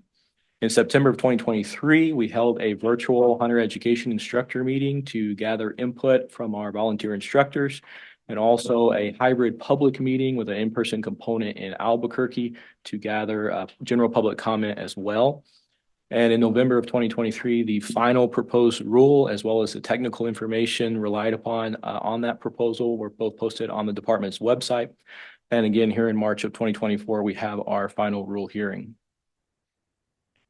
So a short summary of the information that we've discussed in detail in previous presentations.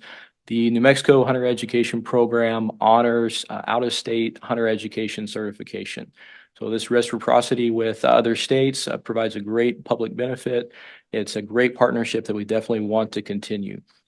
During COVID, we did see an increase in the number of online hunter education courses available throughout the country. And there were a few of these online courses that did not have a minimum age restriction associated with them. As a result of that, we've seen some very young draw applicants, both resident and non-residents. You can see in the charts there, the resident applicants under the age of 10 utilizing out-of-state hunter education has greatly increased since 2020. And in the bottom chart, you can see that the youngest age of New Mexico residents applying for draw hunts, again, utilizing out-of-state hunter education, that number continues to decline. An example of that, in 2023, our youngest big game draw applicant was 3 years of age. We feel that these specific cases are potentially fraudulent, probably not that 3-year-old taking that online course completely on their own. We feel that these cases are unsafe, assuming that 3-year-old is going in the field. We're not sure that individual has the knowledge and understanding to be a safe and ethical hunter. And it also impacts deserving applicants in the draw if it is a parent or guardian that is attempting to obtain those tags. So our original proposal presented to the commission was to limit the out-of-state hunter education usage to students aged 10 and older. Again, we held both hunter education instructor and general public meetings to gather input. We had 54 people in attendance at those meetings. To date, we've received 44 written comments, either through the rulemaking email address or through comment cards at those public meetings.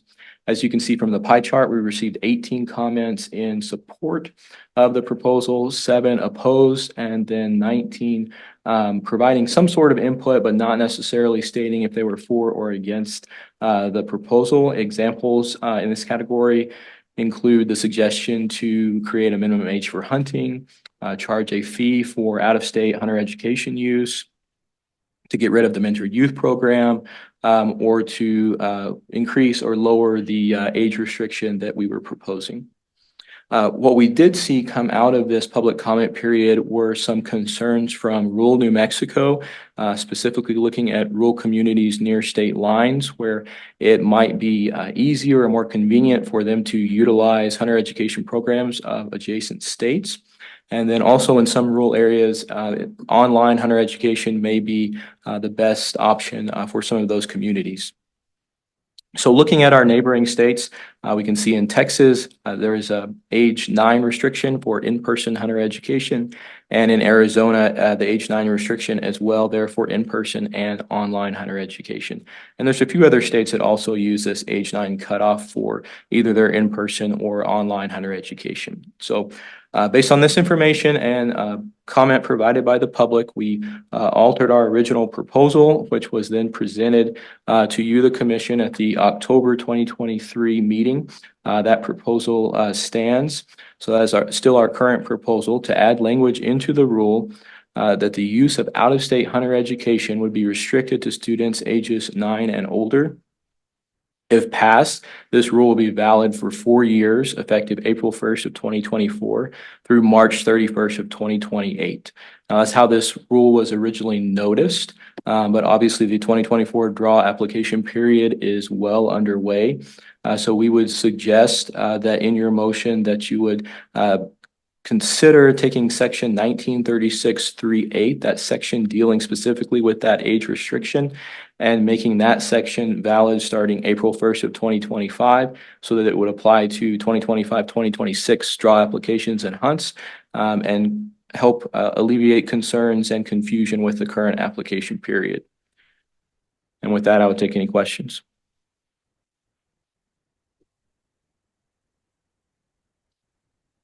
Would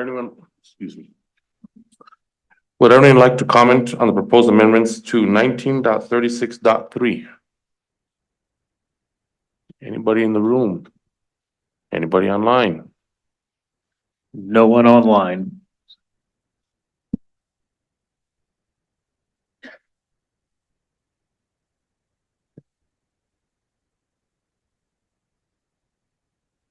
Okay. Are there any exhibits from the public that need to be entered into the record at this time? No exhibits, Mike. No exhibits. Those registered and participated in the hearing will be included in the attendance sheet, which we have right here. At this time, the attendance sheet shall be marked and admitted as Exhibit 7. The comments submitted and testimony heard during this rule hearing will be reviewed by the commission and discussed during an open session today's meeting. The commission will vote on the proposed amendments at that time. I want to thank everyone today for the participation today.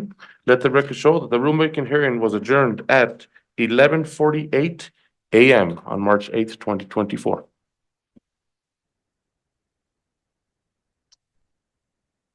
Okay, commissioners, we do have this as an action item. What say you, commissioners? Is there a motion? I would like to move with a motion, but can I ask a question prior to the motion? You may, sir. Just for clarifying something. Okay. On the original proposal or recommendation, it states that it will start April 1st, 2024 to March 31st, 2028. And you are changing that to start April 1st, 2025 to March 31st, 2028, correct? Vice Chair Lopez, Commissioner Clemente, only that section 3.8 would be valid starting April 1st of 2025. The remainder of the rule would be valid starting April 1st of 2024. The Hunter Education Rule expires this year in 2024, so the rest of the rule will become valid April 1st of 2024. Section 3.8 pertaining to the age restriction will become valid April 1st of 2025. Okay, so to the age okay, thank you. Do we have a motion? I'm gonna go ahead and move with the motion. You don't. Move to adopt the proposed changes to 1936.3 as presented by the department with an effective date of April 21st, 2024, and allow the department to make minor corrections to comply with the filings this rule of the state records and archives. Mr. Chairman, before you go on, is that the alternative motion or I think That's you've the been talking alternative. about wanting the alternative motion. You do too. I believe he did make the alternative I believe motion. so. You did option one. No, we did option. Option, I'm sorry, I did option one, so I'm gonna retract that motion, and I'm gonna put, the motion that I'm gonna propose is to move to adopt the proposed changes to 19.36.3 NMAC as presented by the department with an effective date of April 1st, 2024, with an amendment that the section 1936.3.8 will become effective April 1st, 2025, and apply to all 2025 and 26 draw applications and hunts, and allow the department to make minor corrections to comply with the filings with these rules with the state records and archives. Okay. We have a motion. Do we have a second? I second. We have a motion and a second. Mr. Secretary, would you please call the vote, please? Commissioner Stump, Yes. Commissioner Salazar Hickey, Yes. Commissioner Pack, Yes. Commissioner Garcia, Yes. Commissioner Fulfer, Yes. Commissioner Clemente, Yes. Vice Chair Lopez. Yes. Motion passes unanimously. Thank you, Mr. Secretary. And to the I&E staff, and James Pittman and Jennifer, I know you all are working hard on this. Thank you so much for your hard work and enduring the questions that were arose and stuff. All that work paid off today. Thank you so much, and keep on doing the voodoo that you do so well. Thank you, Mr. Vice Chair.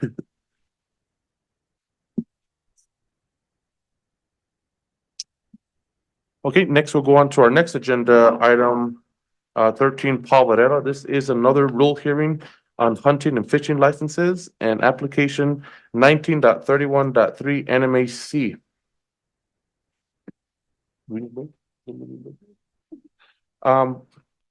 It looks like we might take a quick break. We've been sitting a while. Paul, is that okay with you? 10 minutes, bathroom, water, phone call, coffee, mingle, and that'll fine with the commission? We are in recess.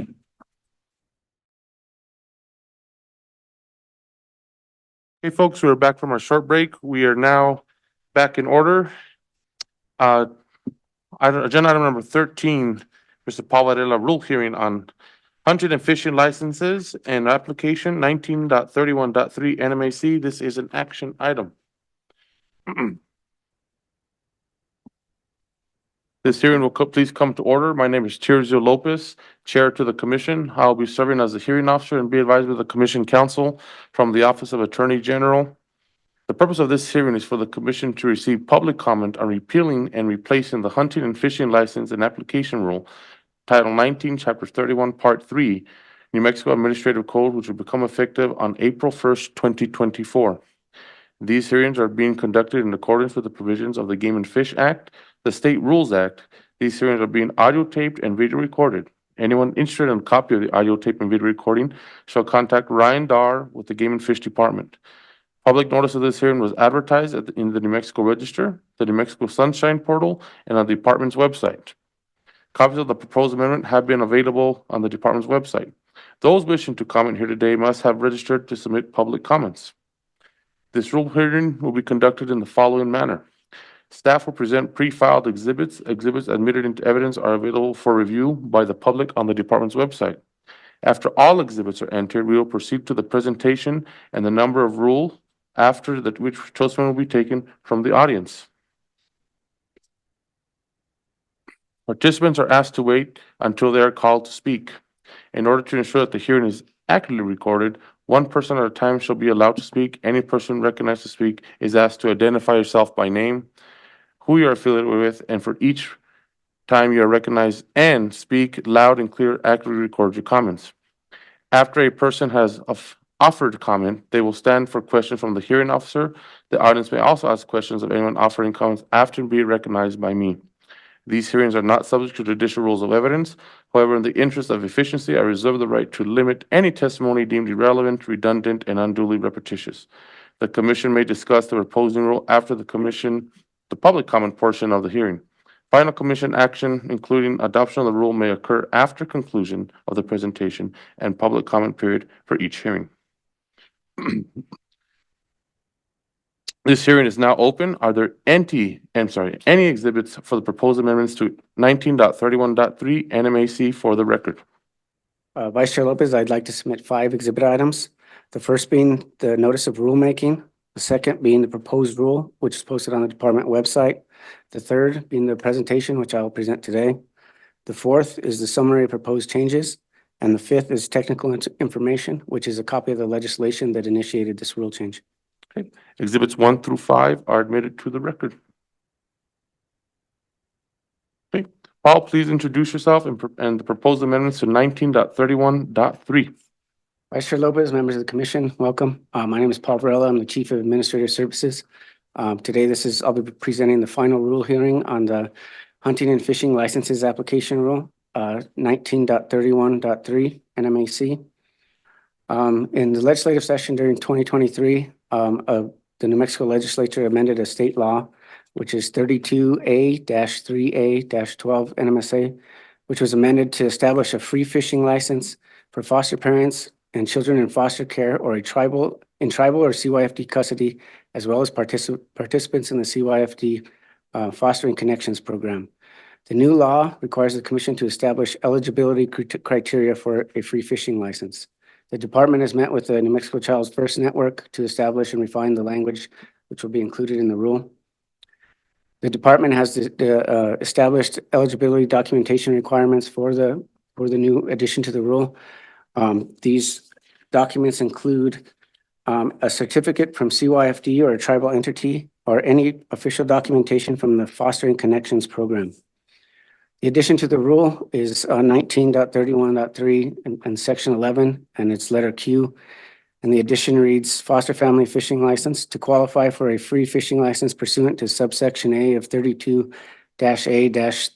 NMSA 1978. Proof of eligibility must be provided to the department in person. Proof of eligibility includes documentation of New Mexico residency and status as a foster parent, a child in the custody of a foster parent, the Children, Youth, and Families Department, or tribal custody, or young adult enrolled in the Fostering Connections program. And that's the only addition to the rule. And with that, I'll take any questions. Okay. Would anyone like to comment on proposed amendments to 19.31.3? Anybody in the room? Anybody online? We have no online comments. Okay, thank you, Mr. Dar.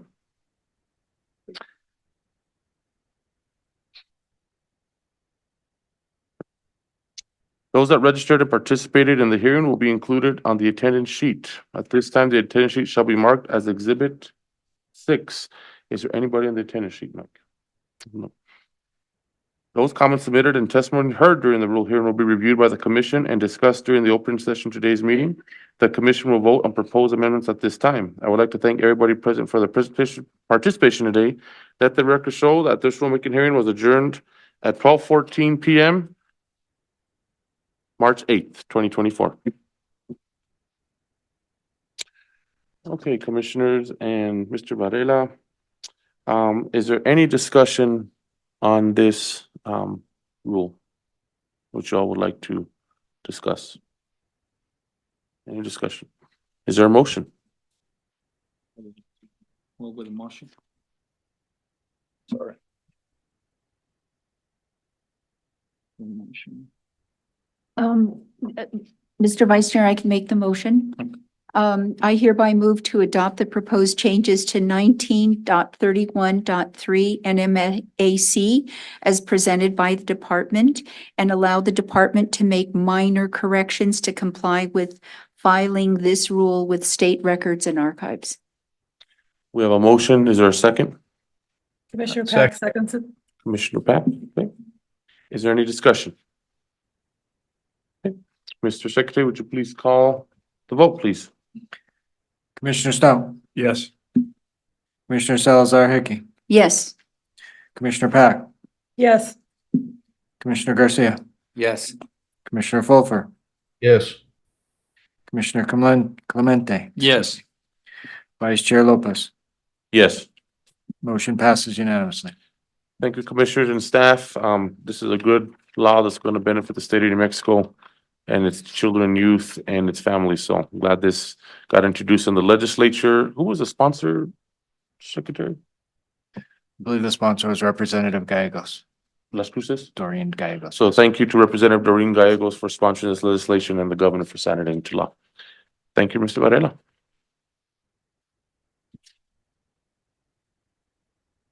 Okay, we'll go on to agenda item number 13, Jane Tinker CPA, presentation of the Department's fiscal 23 audit. Thank you for being patient with us. Good seeing you Thank you. again. Yeah, you as well. And Mr. Varela, thank you for working with them and staff. You all have the floor. All right. Well, I was looking at my time. So afternoon, right? We're afternoon now. Thank you. Yes, Vice Chair Lopez and members of the commission. We are here today to present the required communications and the results of the audit for the department's fiscal year 2023 audit. As far as required communications, we do have certain responsibilities under generally accepted auditing standards. This is to express an opinion on the fair presentation of the financial statements of the department in conformity with generally accepted accounting principles, as well as to plan and perform the audit to obtain reasonable but not absolute assurance that the financial statements are free from material misstatement, whether due to error or fraud. We did also obtain an understanding of the internal control over financial reporting. We utilize a risk-based audit approach. We did evaluate the accounting policies and significant accounting estimates, and as needed, communicated significant matters to the appropriate parties. We did actually perform the audit according to the plan, scope, and timing that was previously communicated during the audit exit conference in July of 2023. There is other information that is included in the audit report. And so this is just a reminder that the financial statements may only be used in their entirety. Our approval is required to use the audit report in a client prepared document. And then we are required to read the other information that is in the financial statements and consider and just make sure that it is materially consistent with the other information that we have during the audit. As far as significant accounting policies, management is responsible for the accounting policies of the department. The accounting policies are outlined in Note 2 to the financial statements. There were no significant changes to the accounting policies during the fiscal year. And as far as new accounting standards, that would be GASB 96, subscription-based information technology arrangements, or SBITAs, as we know it. And for the year ended June 30th, 2023, there were none that needed to be reported or accounted for in the financial statements. We did find at the end of our audit, the accounting policies are deemed to be appropriate. And as far as significant accounting estimates, this is an area of focus that we do look at under a risk-based audit approach. We did not deem that there were any particularly sensitive or that required substantial judgments by management. So any accounting estimates will be appropriately reflected in the financial statements. And as far as disclosures, there were none that we deemed as well that were particularly sensitive or significant, and then also really no significant unusual transactions that came up during our audit. Mentioned previously, there was some other information in the audited financial statements. There is what is also called supplementary information. This contains the combining and the individual non-major fund financial statements, the schedule of expenditures of federal awards, or as we know it, the CFA, and those schedules that are required by the Office of the State Auditor. We are engaged to report on those in relation to the financial statements as a whole. The method of preparing that has not changed from the prior year. The simple information did reconcile to the consolidated statements, and we did find the information to be appropriate and complete in relation to our audit. Management at the end of the audit is required, and they did provide a signed representation letter to us prior to finalization of the audit. Other matters, there were no past adjusting journal entries. So what this means is that there was nothing that we found within the audit that that came up as far as anything that had a potential correction. There were no difficulties encountered in performing the audit. There were no issues discussed prior to retention to us as the independent auditors. There were no disagreements with management regarding the accounting, reporting, or other matters. There were no management consultations with other independent accountants to our knowledge, and there were no difficult or contentious matters requiring consultations outside of the engagement team. We do issue an independent auditor report, and our final opinion on that is that it is an unmodified. That is the highest opinion we are able to give. It is a clean opinion. Significant risk of material misstatement as part of the audit planning. This was previously communicated at the beginning of the audit. We always just like to come back here and do just kind of a nice reminder of what we kind of saw and what we felt were those risks of material misstatement as part of our audit planning. The first is the volume of exchange revenue related to hunting and license fees, the sales of the special use stamps, penalties and fines, special hunt application fees, and the miscellaneous permits. The volume of federal revenue as well in relation to the capital projects throughout the department. And then the last one, whenever there's any sort of new standards coming up and a continuation, right, of just ones previously new, we do also consider those to have a significant risk of material misstatement. So in this case, it was a year 2, GASB 87 related to leases. And then of course, this was the first year of implementation of the SEBITAs for GASB 96. 2 opinions that we rendered. The first, as I mentioned previously, is going to be the auditor's report. We did find that to be, we did give an unmodified opinion. And then the second opinion that we provide is the internal control over the major programs. We did also provide an unmodified opinion on that. Again, that's the clean opinion, highest opinion we are able to provide in an audit. As far as the testing of major federal programs, the major program determination, we did look at the fish and wildlife cluster. Of course, it's where the highest dollars that are spent. So that is the one major program that we looked at for this year. The actual results of our audit, you will find this disclosed in the financial statements, but there was one financial statement finding that related to accounts payable. So during our search for unrecorded liabilities, we did note that the department did not record expenditures nor the related liability for services that were rendered from April 1st to June 30th, 2023, in the approximate amount of that $30,547. An entry was proposed and it was posted to record the expenditures and the related liability. So that is reflected in the final financial statements. As far as major federal programs, the audit did not disclose any matters. So what that tells, there are no federal findings that were to be reported. There's going to be 2 other findings. The first one is going to be related to the statutory deposit compliance. So we are required to audit what we call the 24-hour rule. So we have to make sure that the cash receipts are going to be deposited within the state treasurer by the next succeeding business day. For 2 of our 23 cash receipts, the department did not deposit the money into the state treasury before the close of the next succeeding business day after the receipt of the money. And the 2 cash receipts totaled $2,571. This other finding section, just want to point out this is a compliance and other matters. So really, when we get into these findings here, these are going to be the specific requirements that we have to audit from the state perspective. So when it comes to this, we normally wouldn't audit a 24-hour rule. But again, this is something that the state auditor has made it that we have to test during the audit. So it comes into this other findings section. And then the second one and the last finding, so a total of 3, and the second and the other findings is going to be related to fuel cards. Again, we are required to look at the fuel cards in the process. And during our testing, we did notice that there was one unauthorized purchase and lack of supporting documentation related to an oil change in the approximate amount of $54. And then there were 2 emergency purchases exceeding $100 in which the vehicle report didn't contain a supervisor's signature authorizing approval of that emergency purchase. And then also there were 2 car washes exceeding $25 that the same situation here, the vehicle report did not contain the supervisor's signature that evidenced the approval of the car wash purchases. And you can see in there that the dollar amounts that were related to each of those transactions. So last year, we also, during our audit, we also do have to also follow up on the prior year findings. So last year, the department had 2 findings, one with the financial statement related to the controls of IT processes and other matters.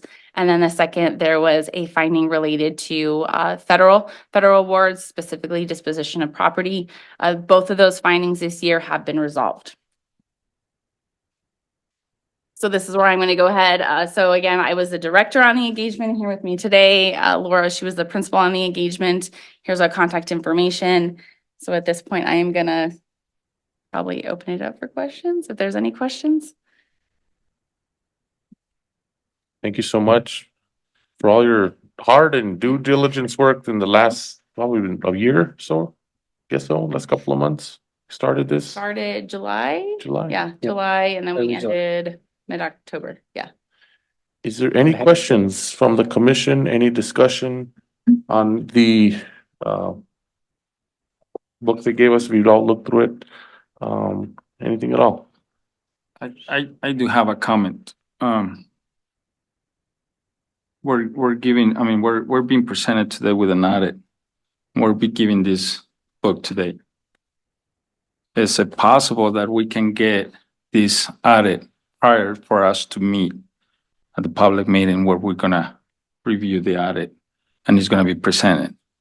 Second, is it possible that we can get, I'm assuming the findings are located in here? Okay. That's all what I have. Okay. Mr. Vice Chair, I too have a comment. First and foremost, I want to thank Laura Beltran-Schmitz and Jane Tinker. Thank you very much. You've done an excellent job as always. Your integrity is impeccable. I know how thorough and independent you do your audits. I will echo what Commissioner Fernando Clemente just said. It is helpful to have ample notice or opportunity to review this before coming to the meeting. And we are just now given this. I did explain, for purposes of transparency, I'm going to say, I did explain to one of the new commissioners, and I'm going to put it out there in public record. This is an excellent way, commissioners, our new commissioners, to get to know the department and the commission. It gives you a very good description of who we are and what we're all about, and more importantly, the importance of our coffers, the money that we receive. Okay, so I strongly recommend a good scrub of that. Last comment, it's more for not the auditors, but maybe for the secretary, director, and chief. I think when I see issues that come up, those are what I call OFIs, opportunities for improvement. So my question to you, I don't need a full, long, lengthy thing, but can you describe what you did? What did you do to make sure it doesn't happen again? And how are we moving forward? Mr. Vice Chair, Commissioner, for example, on the $2,571 of that didn't get deposited in a timely fashion, that was from the Outdoor Expo show, I believe. And we have subsequently set up a much more structured protocol, have a cash box on site. It's deposited the following Monday. So we've addressed that concern. And similarly with the vehicle reports are done on a monthly basis. We switched from paper copies to digital copies, and we just dropped the ball on a few signatures, but we're cleaning that up as well. Thank you. Thank you very much, Ms. Tinker, for your report, all of you. And it's very commendable, all the work that has, had a clean audit. I just would like to just comment on, since there is one deficiency for the commissioners, it's page 61. And just the comment that I would like, so as your process, you've recommended to them on how to address disbursement, that issue. And in this filing, it says that you all have till June 30th to do that. Do you want to talk about how you're working on this particular part on accounts payable? This is the significant deficiency in internal controller of financial reporting. Mr. Vice Chair, Commissioner, is this the $30,000? Yes. Yeah. Oh, I don't know. I don't know the details. Vice of Chair that. Lopez, Commissioner Pack, we have addressed that issue. Inadvertently, we're having staffing issues at the time, and it was just an inadvertent mistake by one of our staff to not record the liability properly. The auditors found the mistake and we were able to correct it, but had we found the mistake, I don't know if it would have been a finding, so. I thank you for addressing that. So the timeline was June 30th of this year to have that revision so it doesn't happen again. Yes. All right, thank you. Okay, is there any other discussion regarding presentation and the report? Okay. Is there a motion? I'm happy to move to approve the department's audit report for fiscal year 2023. Okay, we have a motion. Is there a second? I'm gonna move to second that motion. Okay. Motion a second. Mr. Secretary, would you please call the vote, please? Commissioner Stump, Yes. Commissioner Salazar Hickey, Yes. Commissioner Pack, Yes. Commissioner Garcia, Yes. Commissioner Fulfer, Yes. Commissioner Clemente, Yes. Vice Chair Lopez. Yes. Motion passes unanimously. Thank you, Mr. Secretary. Thank you all for your hard work and Paul and getting all this fixed and like a champ. Thank you so much. Okay, so we'll go on to agenda item number 15. Director, you want to give me an explanation on Mr. 15? Vice Chair, Mr. Patton came down ill yesterday and was unable to make it today, so we're gonna put his presentation off until the next meeting, so we can move on to the next item. if you'd Okay, like. sounds good to me. Please let Dr. Patton know that he get better. Have some Osha tea. Okay, we're going to agenda item number 16, commission discussion of meeting dates and locations. This is an action item. We started discussing this earlier in the meeting. I do have one amendment kind of related to it, or we'll speak. But, Mr. Director, give us the what for?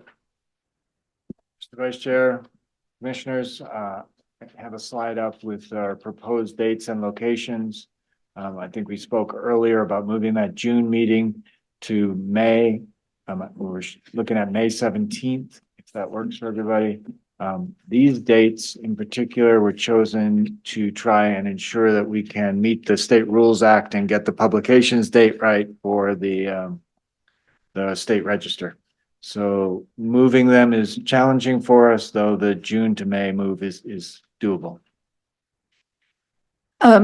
Mr. Vice Chair, Commissioners, Director Sloan, are you then saying that the remaining dates that are published on the department's website, August 15, November 8, and January 10, all remain as proposed dates? Yes. Okay, and locations, the May 17th would be in Hobbs? Mr. Vice Chair, Commissioner, yes, that's the proposal. Obviously, the commission can move them around as you see fit, but those were our initial thoughts. Mr. Vice Chair and Commissioners and Director, I know you make an attempt always to have meetings at all corners of our state. So what you just proposed here, we will cover pretty much every corner of our state, correct? Correct. Okay. Great. Commissioner Felfer will be down in your neck of the woods in a couple of months. Is that okay? That would be great. I hit a button. I can't get my video to work here, but Barbecue at the senator's house.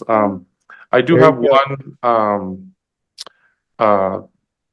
additional time slot if you all would being now that we are a full member commission of 7 again, we have 2 new bodies, faces, knowledge, personalities, people that are upon this commission. We have a staff here that does excellent work. I would consider if the commission would have a workshop in-service type day around somewhere, Las Cruces, Albuquerque, Santa Fe. The purpose being, so we can all get the same knowledge at the same time from our subject matter experts sitting in the department with a presentation of what has been going on, what's coming, what we're doing, what the department does. And then potentially that'd be a day, it's, just be a day, Thursday or Friday or whatever. And then a second day would be a team building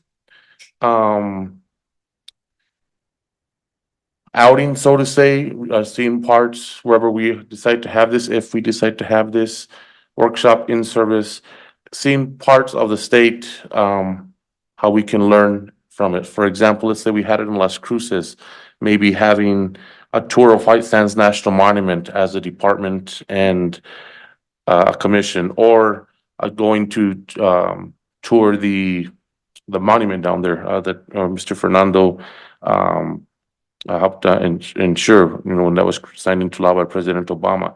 Something that we can actually see and apply the knowledge we're getting from our staff and see how it's being affected into New Mexico. Maybe a tour of a wildlife refuge, maybe maybe a skeet shooting competition. And I got this idea from when the director had an in-service with staff down in Las Cruces. Some of us commissioners have attended the Western Association of Fish and Wildlife conference, where directors and commissioners and agencies from the Western United States meet to discuss and exchange ideas. A lot of knowledge has come to the department from these conferences, particularly, I think you guys did a hatchery or a fish one several years ago. I remember years and years ago, Mike. It's been a while. But it's a good team building. It gets the public engaged. It gets the commissioners, up to date for the tools we need to do our jobs. And it also builds camaraderie and, like you say, Commissioner Salazar-Hickey, get to know each other more and how we can apply these tools to serve the state of New Mexico. So if y'all would consider that at a date, that would be my idea, an additional workshop in service for a day or two, somewhere that the staff can decide, or location, if that's okay. Vice Chairman, do you have a proposed date? I don't. I would say it would have to be kind of where it's kind of warm. Now, we don't want to be kind of, coming to the spring. If June would work, since we're moving the meeting up into May, we could have a June in service. Vice Chair, I would propose we do it before that meeting. Okay. If we can, Director Sloan, if we can meet the requirements we are for that. Mr. Vice Chair, Commissioners, Director Sloan, my calendar is very booked for the year, truly. And if we have an additional workshop, I'm not opposed to the idea. I like the idea. A couple of years ago, we had a similar, I wouldn't call it a workshop, but we had a Saturday meeting. And I thought it was very helpful. What I would recommend first is that in putting the agenda together, I'd want to hear from the public. Okay, I love public comment. And online and in-person comments. Today, we had some issues that tend to be hot topics. And as part of that workshop, I would welcome hearing from our stakeholders. Okay, hearing it as part of that workshop. I don't know if they would be part of it, or they could give us agenda items. When I think team building, I feel very comfortable with our commissioners as a team, but we serve, and our leadership is accountable to the public as well. So I'd like to look out like that. Now, in terms of the second issue, my availability is better in April. If we want to do this, taking what Commissioner Park has suggested, that we do it before we do vote our chair, vice chair and all of that, we would need to do it in April rather than later in the year. So because my June and my May look horrible. My May 17th works, but the rest of May is the pits. Thank you for those thoughts. I would, if we are allowed to have public comment at such a thing, at an event. I didn't know. I mean, I think it would be great to have that. I would love to host that in Silver City, where it's close to our two issues that we seem to hear a lot of issue about, being the wolf and of course the LPAT Plus program. So if that is a part of our ability to do that, then maybe that would be a consideration.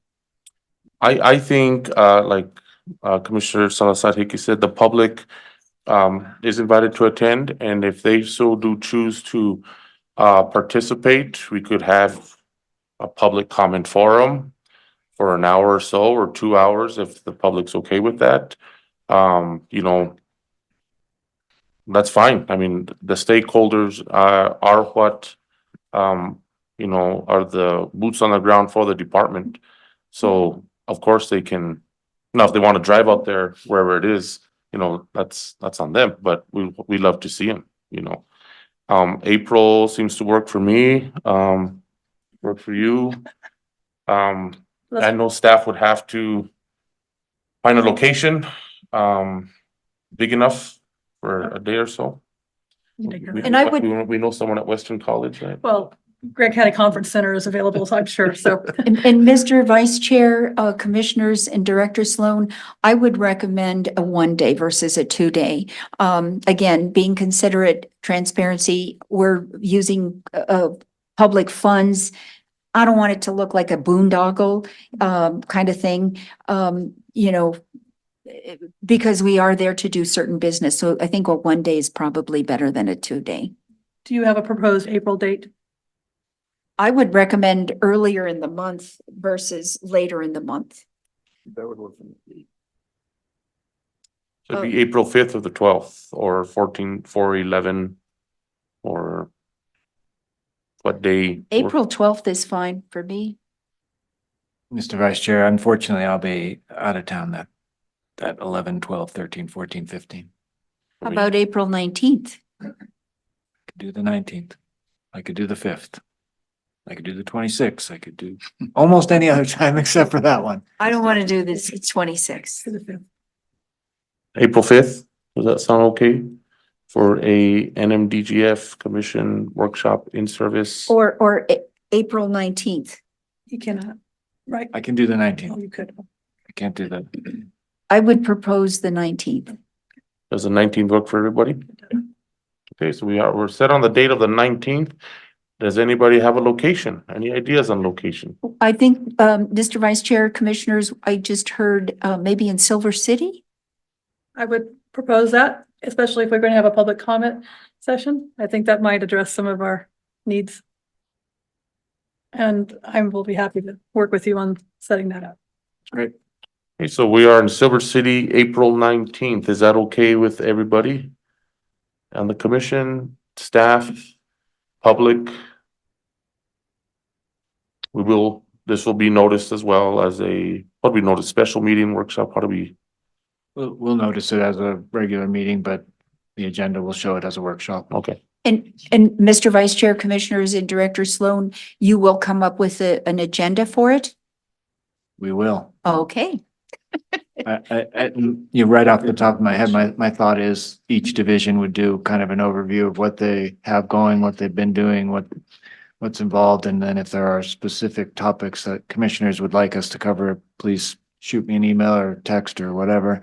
We can add those in as each division has them.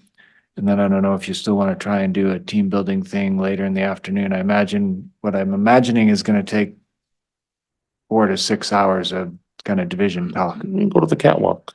And Mr. Vice Chair and Commissioners and Director Sloan, you have a wonderful HR department. I'm sure that within their cadre of expertise, you can pull in, different experts on team building or resources. I don't know if you have, yeah, We'll figure something out. you'll figure.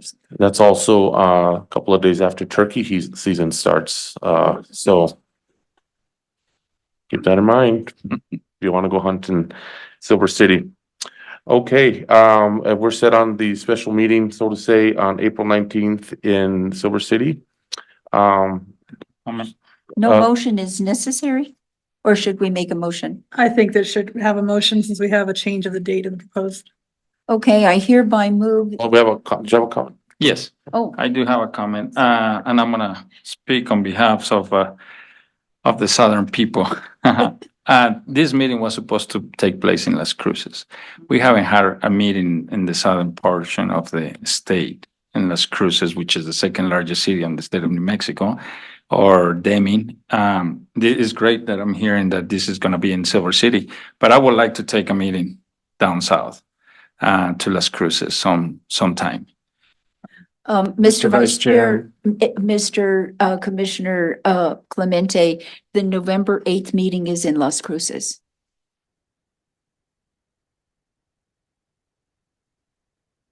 Which list am I looking at? Okay, for the motion, for the record and for everyone else. Oh, he's looking at the old one. Oh. I was stuck in the old one, the one that you sent. November 8th, okay. Well, and your we could point add is, well, others. yeah. Well, the more the better, but. Okay, is there a motion to adopt the revised meeting dates and locations as discussed and as presented on the department website? Well, Mr. Vice Chair and Commissioners, Director Sloan and members of the public, let's just summarize specifically what we're going to recommend. The motion is that we will have a workshop type meeting open to the members of the public, agenda to be displayed. It will be on April 19th, a one-day meeting. Then we will also meet on June 14th in Hobbs. Excuse me. 17th. I'm sorry? May 17th. May 17th. Thank you. May 17th in Hobbs. And then August 15th, which is a Thursday in Red River, November 8th in Las Cruces, and January 10th, 2025 in Santa Fe. That's my motion. I second that motion. Okay, we have a motion and a second. Is there any discussion? One point of discussion, what meeting are we intending to put the agenda for the election of the chair and vice chair? Me. That would be on May. Okay, this is a clarification so the public knows. Very good. Okay, we have a motion and a second. Any more discussion? Mr. Secretary, would you call the roll? Commissioner Stump, Yes. Commissioner Salazar Hickey, Yes. Commissioner Pack, Yes. Commissioner Garcia, Yes. Commissioner Fulfer, Yes. Commissioner Clemente, Yes. Vice Chair Lopez. Yes. Motion passes unanimously. Okay, we just completed a executive session earlier this morning. Before we adjourn, I would just like to take a few reminders for the public. Your applications are due March 20th, correct? Online, March 20th, 2024. Please apply early and don't make our systems crash. We have staff that work really hard and it gets very stressful that time of year. So please apply and do apply. Your harvest reports were already due at this time. What were they? One more date? They're due already, so you're gonna pay an $8 late fee if you need to apply. Also, fishing licenses will get renewed in April, so make sure if you have not bought this year's coming fishing license, it's gonna expire March 31st. So please, those who enjoy fishing, buy your new license online or a retail vendor throughout the state of New Mexico. Turkey season starts in April. Get ready for that. And it's been a good meeting. And Is there any other messages from the commissioners that need to be to the public or to the staff? Okay, is there a motion to adjourn? I so move to adjourn. Is there a second? I second. All those in favor? Aye. All those opposed? Motion passes now. We are adjourned. Lunchtime. Thank you so much, public. Have a great weekend. Thank you, staff.